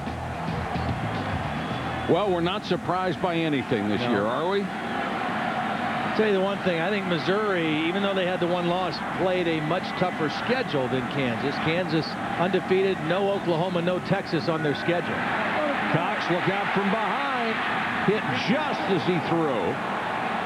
Pursued by Wallace Gilberry, who has had a big-time year for Alabama. Yes, and he is one of the fun guys to watch in college football because he's listed at 6'3", 267, which means he's really about 6'2", 255. But he plays much bigger than his size is. I mean, he's had 9 sacks, 12 pressures, 22 tackles behind the line of scrimmage this season, and he just looks like a guy who shouldn't be able to make those kind of plays. Yeah, but he does. He sure does. Plays with a lot of heart. And it's hard to sack either one of these quarterbacks with those short drops and getting rid of the ball in a hurry. Low. There was a block in the back, no flag. The Auburn crowd reacting to a 7-yard return. Let's take a look at the ESPNU All-State Standings review. And you've got a team like Ohio State. They're done, which may be the safest place to be, being at home and watching everybody else lose. LSU and that shocker, they're gone. Yeah, Kansas and Missouri, the survivor, and West Virginia are in the best shape right now. Yeah, the question, too, for LSU, how far down will they go? Yeah. I mean, they're going to go a fairly significant amount. But you're right about Ohio State. They're in the clubhouse watching, but still it's going to be difficult for them to pass a couple of those teams ahead of them if those teams keep winning. Well, we'll be in Morgantown, West Virginia next Saturday night when they play Pitt, their arch rival, and the Mountaineers, if they take care of business, should be one of the 2 teams in a national championship game. John Parker Wilson throws complete up to the 29-yard line. That won't get him a whole lot. Threw it to Coffee coming out of the backfield, and Patrick Lee was over there on coverage. So many teams have been left for dead this year. Then 3 or 4 are upset in the same weekend and they get a second chance. Most years they don't get those second chances. Alabama's only thrown 1 pass over 10 yards in this game. Auburn showing blitz. The toss to Coffee, and Blackman shot the gap and made the tackle. This kid's an athlete, isn't he? Sure is. Really is. Been bothered by a bad ankle most of the year. We saw him last year, too. And when he wasn't injured, he was always a huge factor in the ballgame. 3rd and 5 as we hit the 7-minute mark in the 3rd quarter. And the Auburn crowd at home trying to pump up the defense. John Parker Wilson. Beautiful throw. Stop fade, wasn't it ever? I'm impressed you know the name of that route. The How stop about that? fade. I like that. That must have been your work with Theismann. Did he teach you that? He taught me all of them. I learned the passing tree and all that stuff. That's good, though, and that's exactly right. A perfectly thrown ball by John Parker Wilson to the back shoulder of the receiver. Defender has no chance. If this ball's thrown in the right spot, no way to stop and make the play. Thrown to the back shoulder perfectly. Nikita Stover with the catch. 1st and 10, Alabama at their own 47. Coffee across midfield. I was just going to say the same thing. That's almost unfair to a defensive back because he had great position, but like you said, he has no chance. Yeah, well, first of all, he has no idea that throw's coming, so he has to keep that position to run deep with the receiver. The receiver knows he's going to stop and when he's going to stop, and then if the quarterback throws it like that, you do have no chance. Crowd getting a little anxious as Alabama has inched into Auburn territory. 2nd and 6. Coffee has been the workhorse. Tripped over his own man and still got down to the 42-yard line, right about at the sticks.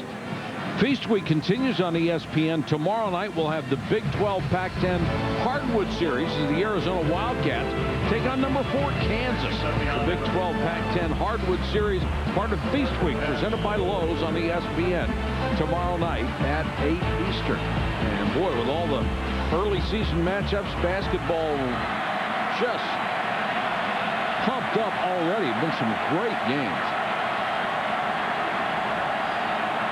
It is a 1st down for Alabama. They go back to the I.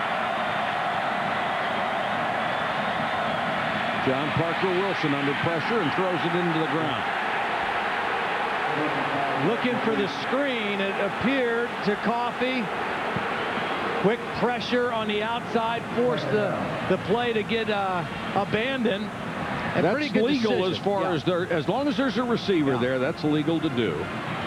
And he did have tight end Travis McCall there. Doesn't look good, but it's legal. Yeah, but you got to avoid a sack there. I mean, that's the worst thing that could happen to Alabama in that situation. After you've got some momentum, you're driving the football, you're in Auburn territory, don't take a negative play. Especially the way this offense is built. You can't overcome those things. Coffee on the draw. There's Blackman again. You can always tell it's him. Yeah, because when he hits you, you go backwards. I mean, he is just a guy who loves contact and loves that straight ahead, head-on collision. Here he is right here. Watch him meet the back right here and watch Glenn Coffee go backward. Now, some guys shy away from this kind of hit. Trey Blackman lives for it. He runs right through ball carrier. You could take his name and his number off, and you'd still know when he made the tackle. Yeah. 3rd and long. Blitz coming. Everybody's coming, and John Parker Wilson throws incomplete. Would have been well short of a 1st down. Wilhite hit DJ Hall just as the ball got there, and Wilhite is still down. Boy, they sent everybody in the kitchen sink after John Parker Wilson. Now, 3rd down and long. You get right into a situation where a defensive coordinator like Will Muschamp or like a Nick Saban loves to get you in. Some creative type of pressures. It's not necessarily a wholesale blitz because you've got linemen dropping off into coverage. And you're right, if DJ Hall catches this, it's well short anyway. And the ball thrown high and behind him to begin with. It's one of those tricky little crossing routes which can result in picks all the time, and Wilhite did a really good job of covering up Hall. Dunn is deep. Boy, great punt there. Got a very fortunate bounce as well. Burning wood and lots of meat. Sounds like Todd's Taste of the Town is coming up. How did he get his picture on the wall already?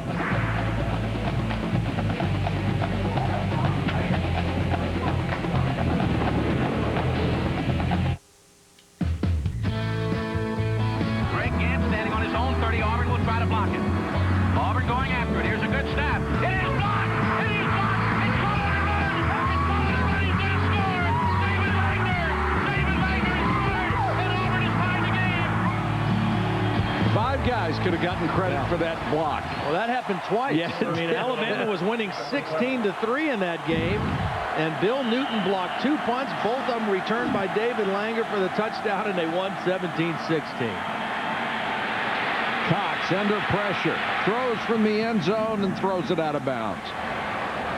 Tell you what, I've been impressed with the Alabama defense ever since that opening drive when Auburn went right down the field in 12 plays and scored, and Holly gave that report that Nick Saban talked to his defense about, hey, they're only shifting a couple guys, let's not get freaked out, let's recognize what we're supposed to do. Ever since then, I think this Alabama defense has settled down and played extremely well.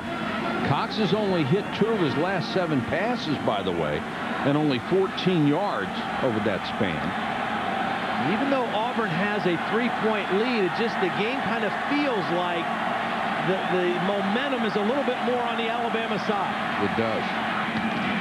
Cox throws this one underneath. That's going to be a minimum gain as Kareem Jackson wraps up Montez Billings. Good news for Alabama, by the way, tonight. South Carolina loses, so that improves their bowl possibilities. They may be seen as a more attractive candidate than South Carolina with 6 wins.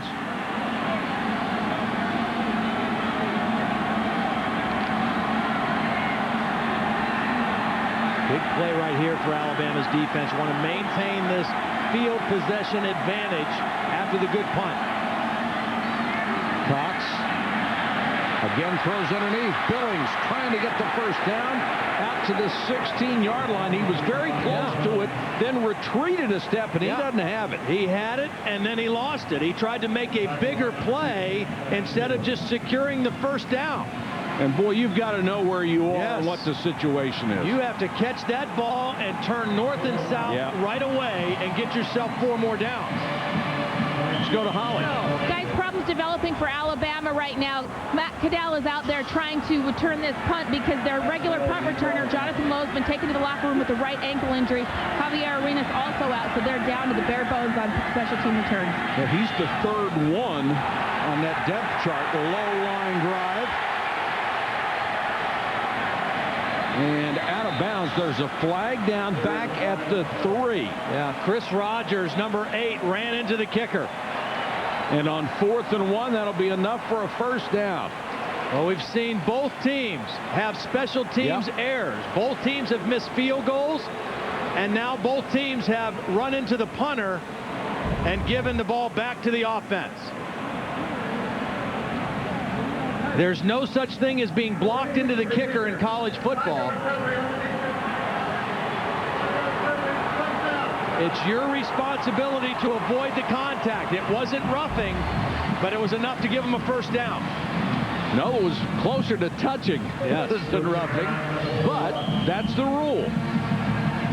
And in both cases, with both teams, the problem is that you go right at the punter. You've got to go to the spot where the ball is supposed to be coming off the foot, not the punter's body. So that's a huge break. Instead of having the ball just outside the 40, they let Tate get another crack at it. He's up to the 38-yard line, a gain of 18. Here's Reese Davis.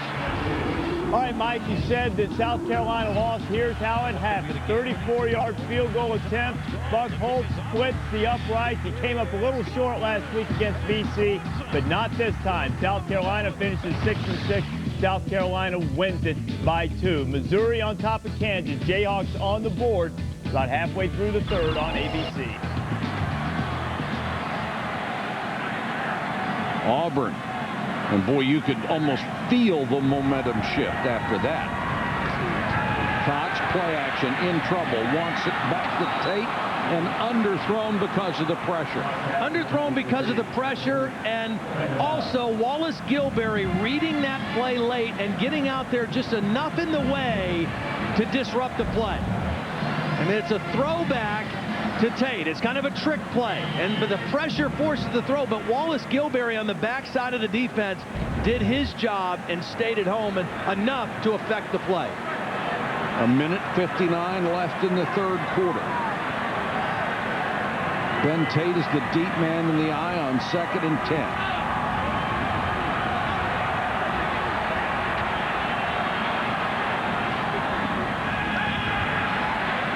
Tate, couple of yards, that's it. You just get the feeling a turnover is going to decide this game. Here's Holly. So, guys, Wallace Gilberry continues to impress on Alabama's defense.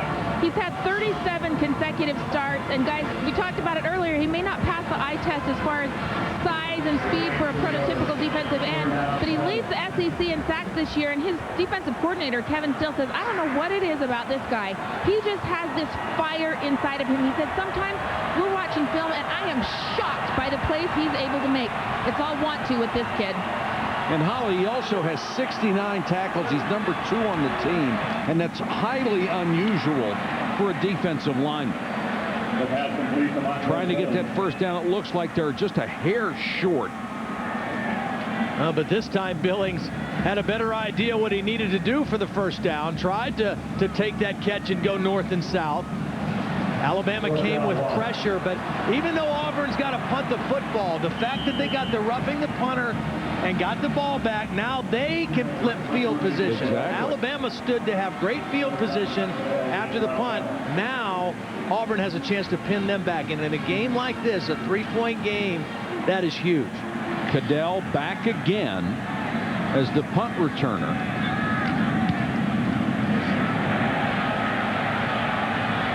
Signals fair catch, goes back, lost the ball. Should have never caught it in the first place. Again, you're down to your 3rd punt returner, as Holly reported. Arenas, one of the best in the SEC, out with a high ankle sprain. Jonathan Lowe hurts his ankle. And now here's Cadell. Should have let that one go. Let it bounce into the end zone. Very fortunate that he kicked it out of bounds. But Alabama with horrible field position. That's just lack of experience. He makes a cardinal error for a kick returner and then kicks it out of bounds at the 1. I mean, the rule of thumb, and I was never a punt returner, but I know you put your heels on the 10-yard line, and if that ball is anywhere behind you, you let it go and hope that it bounces into the end zone.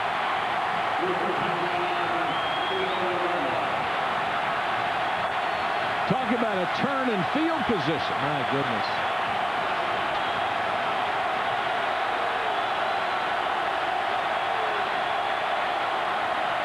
Coffee just trying to get a little breathing room, and a little is all he got.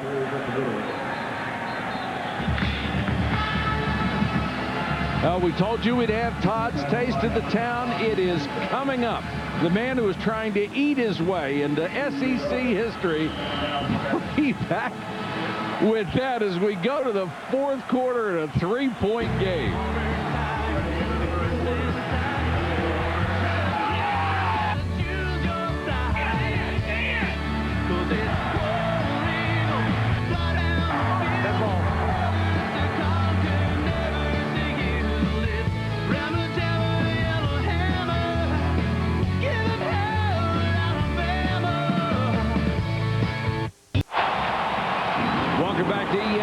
College football primetime presented by Hampton Hotels. If you're in the state of Alabama or anywhere in this country or in Iraq with the 1203rd Engineering Battalion in Balad, we're out of Dothan, Alabama. Auburn and Alabama fans both enjoying it from the Rock tonight. Alabama backed up to its own 4-yard line on 2nd down. It'll be 3rd down now from the 5. Field position so critical with 2 teams like this. Here's Holly Rowe. So, guys, the most explosive weapon for Alabama, DJ Hall, has been on the sideline for an extended period here, guys. He's in a lot of pain. I'm told he has a previous thigh or hamstring injury. He's been on the bike trying to loosen it up. He's been stretching. He's clearly not at full speed, and right now, not in the game, guys. Not sure if he can go. Remember his last play, he had to reach back for that ball, and he was hit by Jonathan Wilhite. Might have aggravated that injury even more. They need to reach the 11 for a first down. How conservative are you down here? Back to throw, airs it out down the sideline and too far for Stover. He was covered like a blanket by Wilhite. Let's check in with Reese. SportsCenter 30 at 30 update. All right, Mike. tonight. Got plenty of news both on and off the field in college football. A couple of coaches get fired on this Saturday. Nebraska ends the Bill Callahan era after 4 years, and Orgeron won't get a 4th year at Ole Miss after going 0-8 in the SEC. Tennessee's going to play in the SEC championship game. It took 4 overtime, but the Volunteers beat Kentucky for the 23rd straight time. Sports Center after the game. All right, thank you, Reese. This is Robert Dunn, and he's out of bounds. And just when they needed it, P.J. Fitzgerald with his best punt of the night for Alabama, 46 yards. Dunn actually dropped the football and had to retreat a few yards. And just when it looked like Auburn would have field position on the Alabama side of the 50, Fitzgerald bails them out with a bomb. Well, ever since Mississippi made the mistake with David Cutcliffe, things have not gone well in Oxford.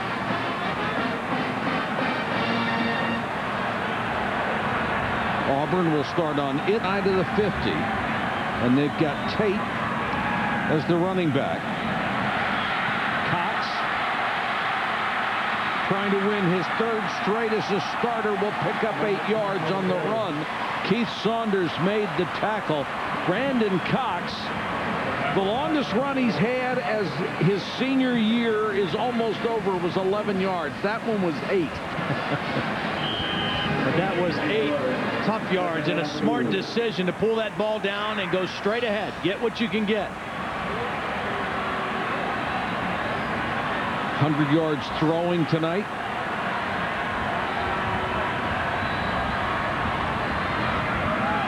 Tate leans forward. Looks like he has another first down. Mustin makes the tackle.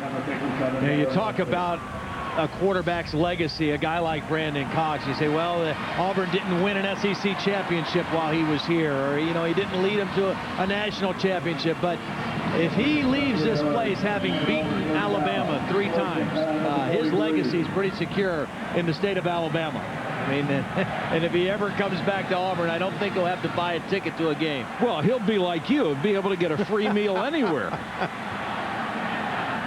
Never have to pay for dinner for the rest of his life. Cox on a roll, throws incomplete. Good defense by Rashad Johnson. May have gotten a piece of that as Cox was trying to work his receiver toward the sideline. Here are the numbers on Cox. 3rd in passing yards, 3rd in touchdown passes, 4th in wins. That's a pretty decent legacy. It really is. And you know, when we talked to Al Borges, his offensive coordinator, he said, you know, his senior year, Brandon Cox, it wasn't what he hoped for, and it wasn't what Brandon hoped for, but he's really proud of the way that he overcame the bad start, even being benched at one point early in the season, and hung in there and finished strong down the stretch. 2nd down. Throws sideline, and Smith will make the catch at the 38-yard line. Here's Holly with more on Brandon Cox. You know, Brandon Cox said this week, the win or lose this game, he had set and exceeded many of the goals he set for himself when he came to Auburn. He said, I've been a starting quarterback in the SEC for 3 years, and let's not forget, we've told this story many times over the years, but he has overcome a debilitating disease, myasthenia gravis. It's a neuromuscular condition where he has to take medication every single day. It's aggravated by stress, but guys, he's managed it, he's overcome it, and he's been a 3-year starter. How calm do you have to be if it's aggravated by stress and you're a starting quarterback in the SEC to be able to handle that? Here comes the blitz. And Cox does the smart thing, throws it into the ground in front of Montez Billings. Alabama, even though Nick Saban and Will Muschamp work together, there's a difference in style. Alabama, this is Nick Saban's kind of defense. He believes in a lot of pressure. Put your corners on an island, play more man-to-man defense, and bring lots of pressure. Will Muschamp has become a little bit more of a zone-oriented defensive coordinator here. I think a lot of that has to do with Tommy Tuberville's influence as well. Shoemaker to kick. Lowe is back on the field. Straight up the shaft and a fair catch of the 12th. Time now for Todd's Taste of the Town. Whenever I do a game in Auburn, my first stop is Byron's Smokehouse. Now, Byron's is a place that was opened in 1989 by a guy named Byron Gullidge and his son Glenn and his wife Stephanie. Originally, it was a little old place down the road that was primarily a carryout place. 5 years ago, they moved into a much bigger place, and on a football weekend, they'll serve nearly 700 pounds of meat.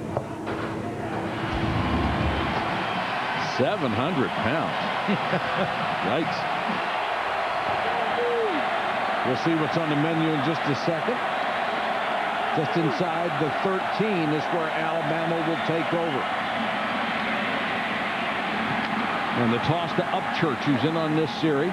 And let's see what's on the menu this afternoon for Todd.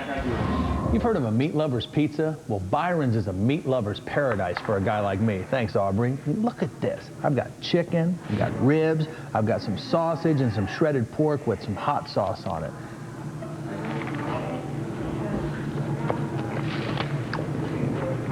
This is how we roll, baby. Was that enough meat for you? Yeah, it was. It actually was. It filled me up. Yeah. I'll tell you what, they got great stuff there. I love Byron's. And, you know, Byron's granddaughter, Aubrey, made a big plate of cookies for me to bring to the booth. And I don't know where they all went. You know, somehow between getting them from the hotel to here, I lost about half of them. But the doorman at the hotel said, Mr. Blackledge left you a plate of cookies, so we ate them on the way over. Okay, good. Well, you can have the rest, too. You can eat the rest on your way back. Thank you. John Parker Wilson with a strike down the middle out to the 43 to Brown for a first down gain of 19. That's his best throw of the night. Well, it all starts with that first run by Upchurch, and then they go play action. And John Parker Wilson with a beautiful throw. Good timing, but again, the running game sets up the passing game, and a wide receiver making a play for Alabama. They have been so quiet tonight. Keith Brown with a big catch right there. Brown with his first catch of the night, the 98th catch of his career. Boy, Upchurch gets to that hole in a hurry. Yeah, they've had a nice little mix with Upchurch and Coffee running the football. Again, kind of mysterious why we haven't seen Terry Grant at all, but these two guys have more than adequately carried the football.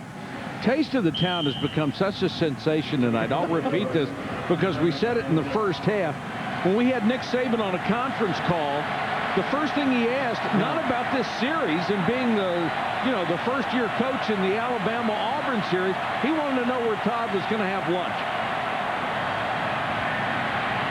John Parker Wilson under pressure, throws too high, just touched by Nick Walker. And if you want to see any of the previous installments of Todd's Taste of the Town, you can find them all at ESPN.com by searching for Taste of the Town, and then you'll get another panel. Just click on Gravy and they will give you all the recipes. And there was a holding call. Yeah. You know, the other thing that I'm seeing with John Parker Wilson, now we didn't see it on the throw to Keith Brown, but you know, that's about the fourth time I've seen him tonight where there's some pressure coming and he's backing up, he's moving his feet, he's not setting his feet. 10-yard penalty, remains second down. Pretty tough to throw off your back foot. Well, it's tough to be accurate. It's tough to get down on the football, and that the ball tends to sail on you, and that particular throw really sailed on John Parker Wilson. You got to stick that foot in the ground, and if you get hit, you get hit, but deliver a ball on target.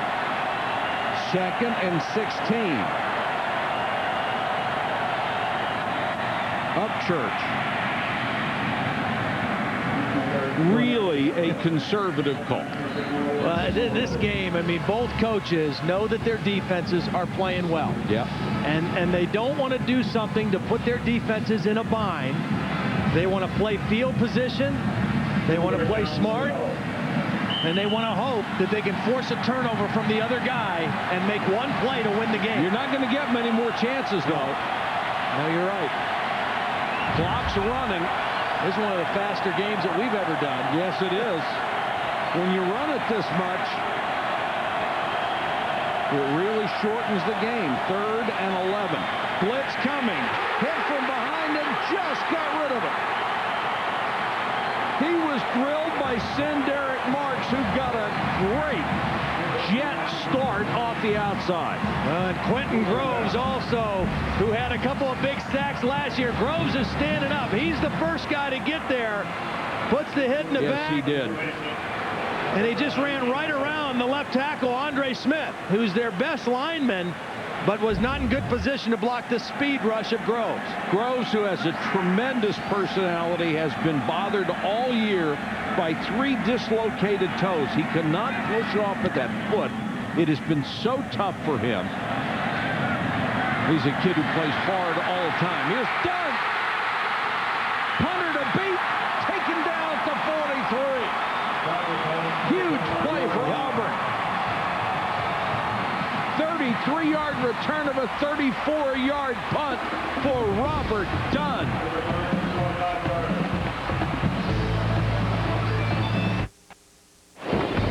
ESPN salutes the Southeastern Conference. 75 years of excellence in collegiate athletics. Somebody must have told everyone in the conference that the 75th anniversary year, every game had to be close. 18 games in the conference decided by 6 points or fewer. We're working on another one here tonight. It's 10-7. Auburn takes over at the 44. Leicester picks up almost 5. I'm going to go back to this punt return, 33 yards by Dunn. Now just watch. Why do you have starters on your special teams? Because you want them to make good decisions. Patrick Lee, number 20, with a big-time block, and Gerard Powers, the other starting corner, number 8, chose not to block in the back. Just his decision not to try to block. Patrick Lee's decision to get the good block, open things up for Dunn, and Auburn in great field position.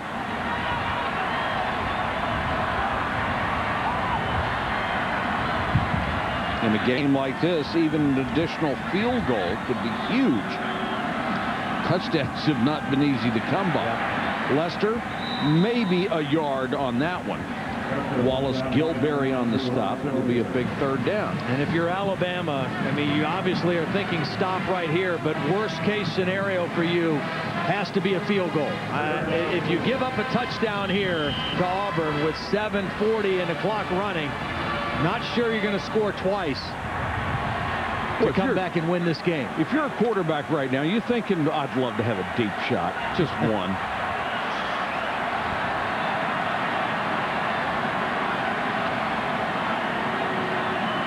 One wide receiver. Toss to Leicester.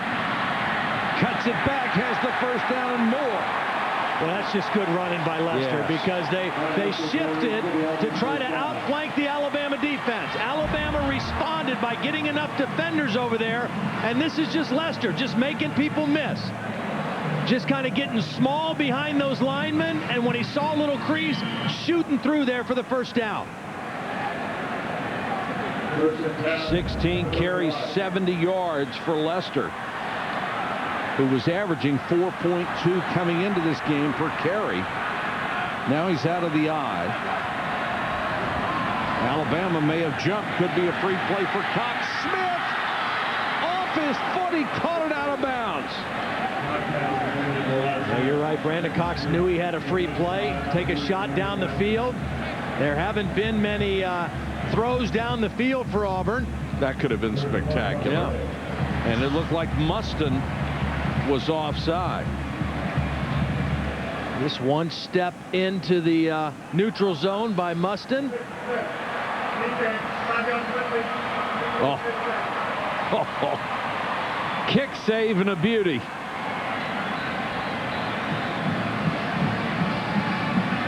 So it's 1st and 5 instead. Rodriguez Smith been very quiet tonight, the leading receiver on the club with 45 catches coming in. Auburn now within field goal range, and time becoming a huge factor. 6:49 to go in this ball game.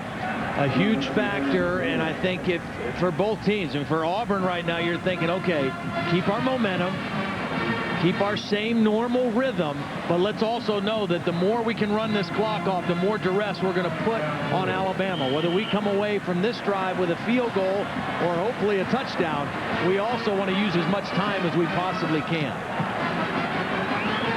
Byram keeping that leg warm. He's made one and missed one tonight. 6:10 to go. Cox. Quick out. diving for a first down, his tight end, Cole Bennett. 3 catches tonight for the big tight end. Well, they've moved these tight ends around all night, reshifting, resetting. 87. Bennett, not one of the top receivers, 6 catches coming into the ball game tonight, but a nice little route on the flat arrow route. And Brandon Cox gets rid of the ball quickly, and Bennett gets Auburn another first down. Clock stops while they move the chains. It'll restart, and we'll be down to 6 minutes. Trot is in there, so is Bennett. 2 tight ends set. Tate, the tailback. And Auburn loving every second of this, and Tate is just drilled as he came to the line of scrimmage. Heck of a play by Darren Mustin, and here's Holly. Guys, this is the first time I've covered the Iron Bowl, and I was expecting all kinds of emotion, chest pumping, all this craziness down here, but what it feels like is a very serious, business-like atmosphere on the Alabama sideline right now. Guys are very focused. There's not many outbursts of emotion at all. Instead of like a heavyweight fight, what it feels like right now is a 10,000-meter race. Who's going to have the kick at the end to win this ball game? Well, Holly, that's a great example. I agree with you, too. We're getting close to the end of that 10,000 meters. It's time for somebody to start a finishing kick. Cox avoids the sack and throws it away. This is going to be a roughing the quarterback, though. A dumb decision at the end of the play by Keith Saunders. The ball was thrown away by Brandon Cox. He's just getting rid of it to avoid the sack. And unnecessarily, Keith Saunders is going to hit him right by the Auburn sideline, no less.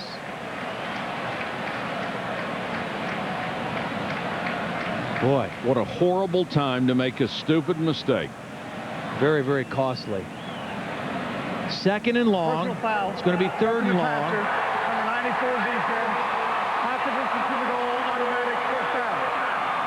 They could not have come at a worse time. This would have been 3rd and 12 if he just runs away from this. Instead, right in front of the Auburn bench and the screaming Auburn coaches, you knock the senior quarterback down. And that has to draw the flag. Wasn't much, but it was enough. And it was in the wrong place. Yeah, it sure was. It was in the wrong place. That's the 4th penalty against Alabama. Auburn has not been flagged tonight. It's a new set of downs. 1st and goal. Mark the ball just outside the 8. Lester powers his way down to the 2. And the Alabama defense has got to stand tall right now. If they give up a touchdown, they're in deep stuff. Yep, absolutely. Ran to the left side behind left guard Tyrone Green. Ryan Pugh, the left tackle, one of those 3 true freshmen in there playing, getting the crowd fired up. And you're right, if Auburn can stick this one in the end zone, very, very difficult for Alabama. An extra blocker in the backfield. Billings, the motion man. Lester. Touchdown! This will be reviewed, though. It looked like he landed short of the goal line. It looked like he landed and then reached the ball out. The ball did cross the plane. My only question was he down before he reached the ball over the goal line? I think he was. Hard charge by Lester. Mustin, the first one there. I don't know. The ball almost bounces into the end zone.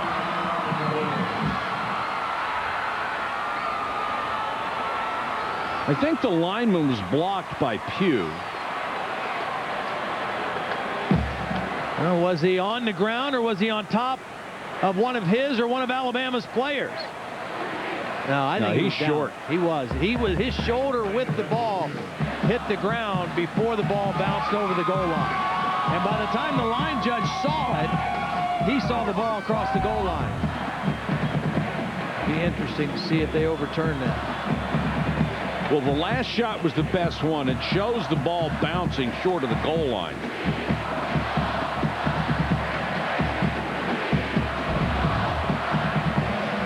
Now watch the ball hit. You can see the stripe. And it's short of it. Then the ball bounces and he reaches it out. That ball is well short, at least the length of a ball short of the goal line.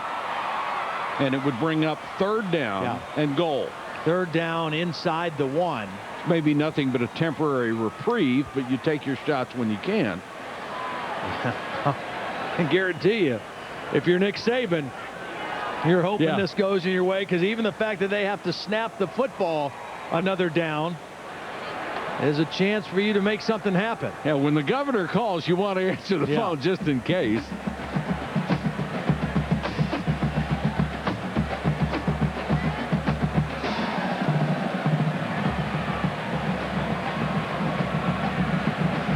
Call on the field was a touchdown, so it has to be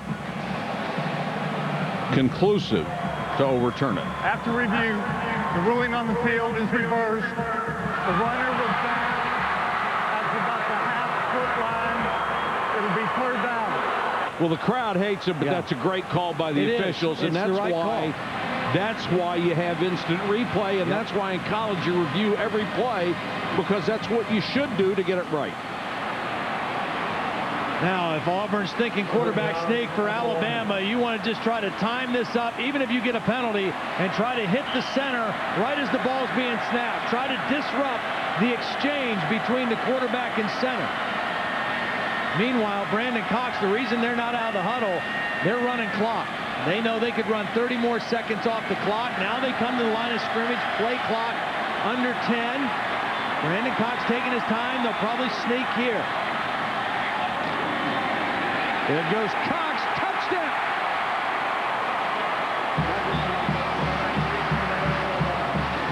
One of the keys to whether it was going to be a sneak or not is that Lester didn't know where he was supposed to be, and finally he got back at tailback. He wasn't involved in it. And the fullback was in motion, so if it wasn't a sneak, it wasn't going to work.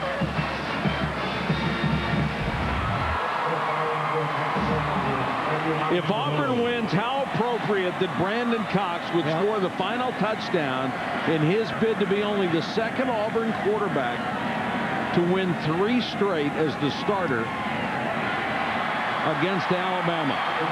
And now they have what may be, in this game, an insurmountable lead. They're up 17-7 on their arch rival.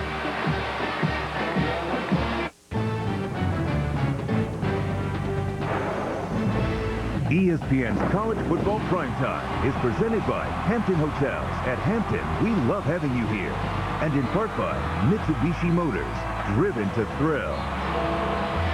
17-7 of these great views of Auburn and Jordan-Hare Stadium, courtesy of our friends at Outback Steakhouse, proud sponsor of the Outback Bowl, the Bloomin' Onion One airship providing all these shots tonight. We made the point earlier in the game, but how much does Alabama miss Javier Arenas right now and his return ability? 9 returns of 40 yards or more on the season, out with the ankle injury. Boy, they could use him right here. Lowe and Cadell will try to fill the void. They wait inside the 10. Only 3:58 to go in the game. Alabama is down 2 scores. Cadell takes it out of bounds at the 27-yard line. Take you all the way back to the first Iron Bowl for our Good Hands flashback, presented by Allstate. February 22nd, 1893. They played the game at the Lakeview Baseball Park in Birmingham. 450 people showed up for the first one, and Auburn won the first game in the series 32-22.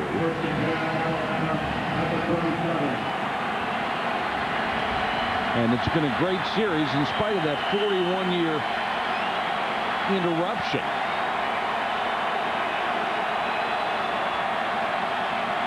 Big task in front of John Parker Wilson here. Got it to Hall. Yeah, first catch for DJ Hall. Bounds. First catch of the night for DJ Hall. Let's go to Reese.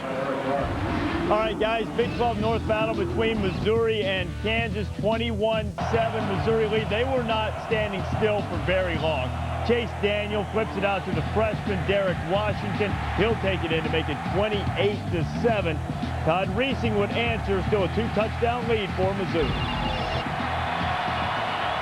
Well, if that one holds up, you got to think as Hall makes another catch and is out to the 48.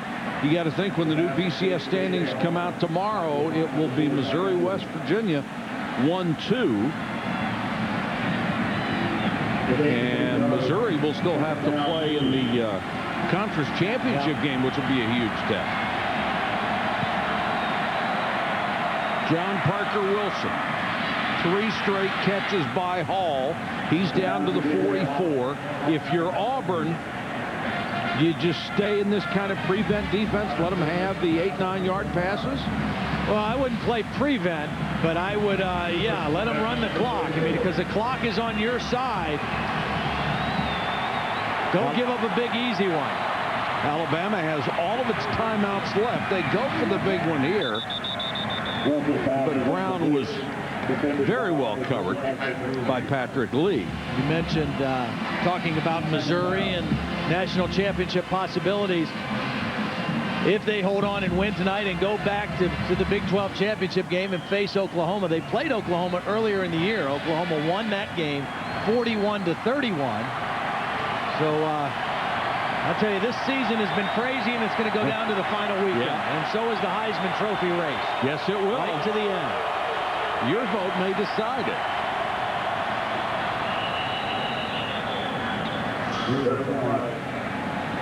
Pat Sims got an early start, and Evan Cardwell, the center, got dumped. Now Alabama, with all 3 timeouts, if they can score quickly here. Dead ball. Offside. Number 95. Defense. 5-yard penalty. Remains. Second down. Which, having, I say that, but they've only scored 7 all night. So scoring quickly is not is easier said than done. But if they can, with 3 timeouts, they may not have to onside kick right away. And John Parker Wilson just got rid of it in time. Coffee got a hand on it but couldn't catch it. Boy, I thought this was going to be a fumble. I didn't even know how he got this thing out. Tried to step up in the pocket, and then just as he was going down, flipped it out there sidearm. Pretty heavy play to get rid of the football. Obviously, they're going to have 2 more downs to pick up this first down.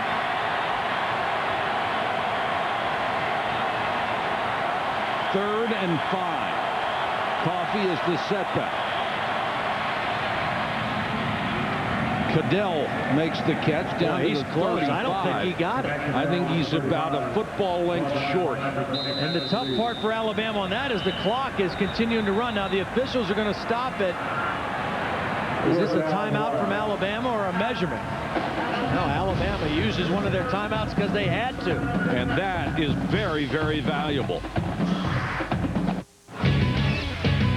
Next on SportsCenter, complete post-game coverage of the border battle in KC. Big East title in hand, Mountaineers now thinking national title. And just another day in the SEC, highlights of a 4-overtime thriller after the game.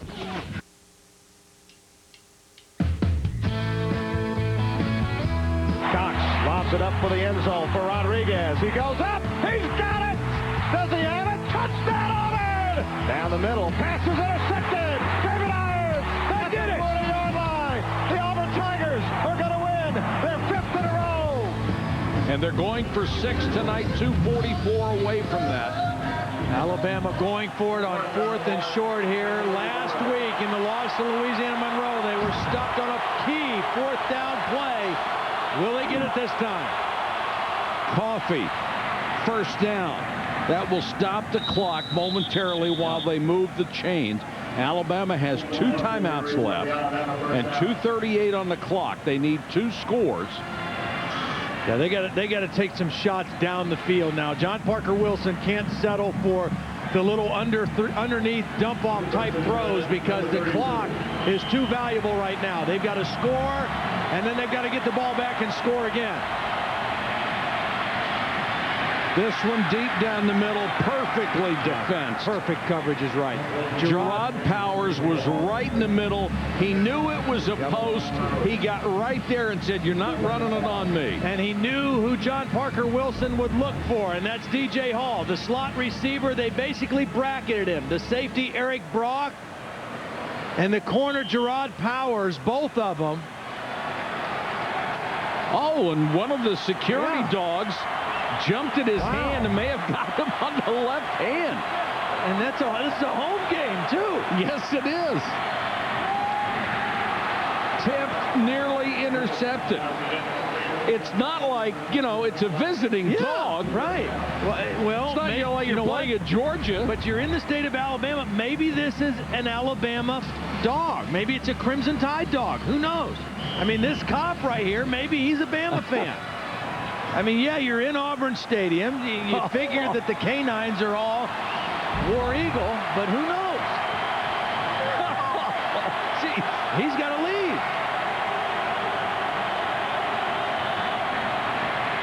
Pressure on John Parker Wilson. He buys time and then throws it away.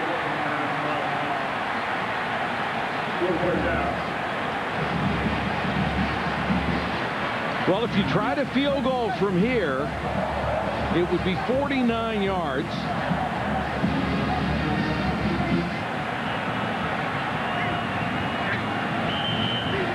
Well, that's exactly what they're lining up to do. Well, you need the two scores anyway. Tiffin's got the leg. Yes, Against he does. Tennessee, he kicked a 51 and a 50-yarder, both in that game. He's got to make this one. He's missed from 44 tonight. Yeah, he's wide left on that miss. The wind's at his back. And this one has got a shot, and it's good. Clutch kick by Tiffin. That pulls them to within a touchdown, and there's still plenty of time to go. 2:11 on the fourth quarter clock from Auburn. IBM presents the 25 greatest players ever. Number 6, Jim Thorpe. Considered one of the greatest athletes in any sport, Thorpe was twice named All-American in football after leading Carlisle to upset wins over Harvard in 1911 and Army in 1912. IBM, getting it done. From everything that I read about the history of college football, when Jim Thorpe led the Carlisle Indians over Army, he was regarded as not only the best football player, but the best athlete in the history of the United States. I want to see who the other 5 guys are. I know he's immortalized in my hometown in Canton, Ohio. Now, this is an onside kick. Jamie Christensen is kicking off. It has been Lee Tiffin doing the kicking off, and you can see the way Alabama lined up onside all the way. And it's recovered by Auburn. Pounced on by Cole Bennett, the tight end. They had the hands team up there. Alabama has 2 timeouts left. They had to burn one on their previous offensive series. So the best that they can hope for is to get this ball back, if they do get it back, with about, say 1:20 left on the clock, if they can stop Auburn and Auburn does not kick a field goal.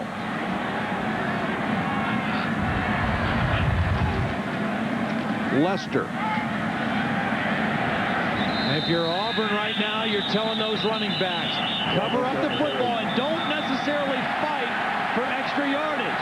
Now, because Alabama is going to try to strip the football. They're going to try to hold up the runner and strip the football. So if you're Brad Lester or if you're Ben Tate, you get what you can get and you get down. Tommy Tuberville upset with a little of the extracurricular stuff with Rolando McClain at the end of that play. Alabama uses their second timeout to stop the clock. Only 7 seconds went off the clock on that play. Here's McClain.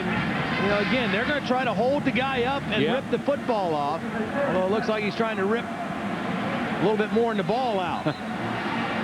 But again, if you're Auburn, you just protect the ball and go down and then take your time. Make them use their timeouts and take your time and run the clock. And McClain was getting a lecture on the Alabama sideline when he went over there. Let's go to Holly. Well, guys, before the game, I spoke with the referee, Tom Ritter, and asked him about what concerns they have about extracurricular activity. He said, we take great precautions in rivalry games. We spoke to both head coaches. We have spoke to each other as a staff. We will not tolerate anything after the whistle. He said, we've asked the coaches to help us with their players. That's why you saw Nick Saban quickly out onto the field, beckoning McClain over that way to calm him down. Okay, Holly, thanks. Good job. Lester. McClain has him again, pulls him back about 2 yards shy of a first down.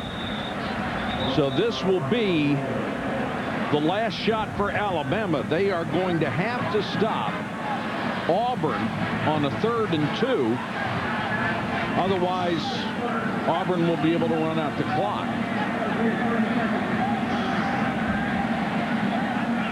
I think the other reason you saw Nick Saban talking to Rondo McClain is that they already had one very, very costly personal foul penalty on the late hit by Saunders that prolonged that drive and allowed Auburn to get that touchdown to go up 2 scores. So no more need for a costly penalty like that at this point in the game. Nick Saban, of course, took a lot of flack this week for his comments when he was trying to talk about a program that was really gotten down, and that was his own Alabama team after 3 straight losses, and likened it to, he mentioned 9/11, he mentioned Pearl Harbor, and I know he regrets both of those references. I don't think there was any really evil intent involved here. I just think he used a couple of bad examples. Yeah, a couple bad examples. Everybody, I think, that knows him and knows football knows what he was trying to say. There's Stewart. He is not going to get a first down. Stopped at the 30. And I know he was concerned about those references, and I think there was really too much made out of that. Now, if you're Auburn, do you go for the field goal or do you go for the first down?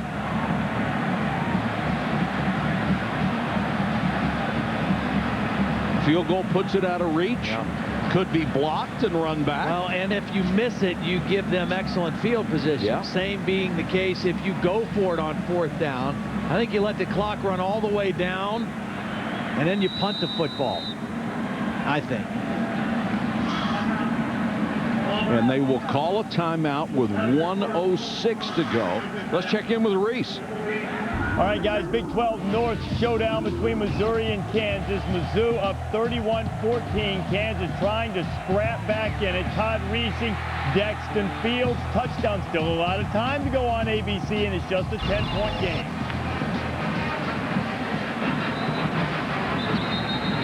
Boy, who would have thought Missouri and Kansas, when this season started, the Missouri playing Kansas at the end of November would be a huge ball game. Would matter to anybody outside of those 2 states. That's right. You know? Well, Auburn does not have the punt team or the field goal team out there. Well, they might go for it, or they might go to just try to draw them off sides with some shift and some hard counts. Let's see what Tommy Tuberville elects to do. Lester is the tailback. Alabama's going to sell out on the run, and Lester got it anyway. Look at that run. Wow. They're on their feet at Auburn. Wow, what a run. I mean, Brad Lester is not an overly big guy. He's 5'11", 190 pounds, but watch the power he runs with. Follows his fullback, Carl Stewart, and then just drives and drives and drives.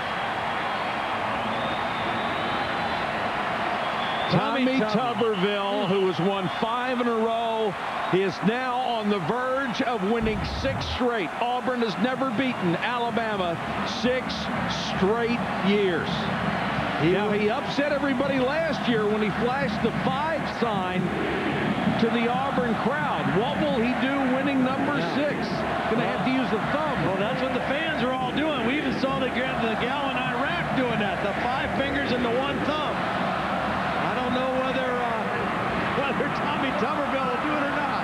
What are they going to do, Holly? Well, they've been trying to coach him up in the PR department not to do it, not to give him that photograph moment for all Alabama fans to hate all year. But I can tell you, I saw them today in the bookstore. They've already made up bumper stickers that say next hand. They had 5, the next hand means 6, and the bumper stickers are already printed. This guy has done a magnificent job at this school. Can't say enough about Tommy Tuberville. I'll tell you what, I mean, I think that if you're Jay Jacobs and if you're the administration at Auburn, you do whatever you need to do to keep Tommy Tuberville here, because he's got a good thing going here. He's a good recruiter. They've got talent. see over the last 5 years. And it would take him about 5 seconds to find another job. Auburn has done it. Brandon Cox becomes the second Auburn quarterback ever to win 3 straight as a starter against arch rival Alabama, and they have won 6 in a row against the Crimson Tide for the first time ever. Here's Holland. Coach, it's the longest winning streak for Auburn in this series. How do you describe how you've been able to do it? Well, the players have played hard. You know, we just kept our focus, and you know, the last few games we hadn't played very well, but offensively we finally played a second half. We controlled the ball a little bit, but you know, to win 6 in a row against your state rival is awfully hard. I'm proud for the fans. You know, that'll go down in history. Your senior quarterback Brandon Cox took a hard hit. How do you describe the toughness of this kid? Well, you know, he's a 5th-year senior that's taken a lot of licks. He doesn't run very well, and he's going to take a lot of licks, but he's used to it. But, you know, this is his game. He's fought hard in this game. He's wanted to win this game. He never lost to Alabama, and that's big. Thanks, Coach. Thank you. And 100,000 people here at this stadium are going to start to say, yeah, but next year, guess what's going to happen in this game? They'll start talking about it on the way to the parking lot. The final score, 17-10 Auburn over Alabama. Sports Center coming up next over on ESPN News Post-Game Extra. This has been a presentation of ESPN, the worldwide leader in sports. For Todd Blackledge, Holly Rowe, and our entire ESPN crew, this is Mike Patrick. Thanks for watching, everybody, and good night from Auburn.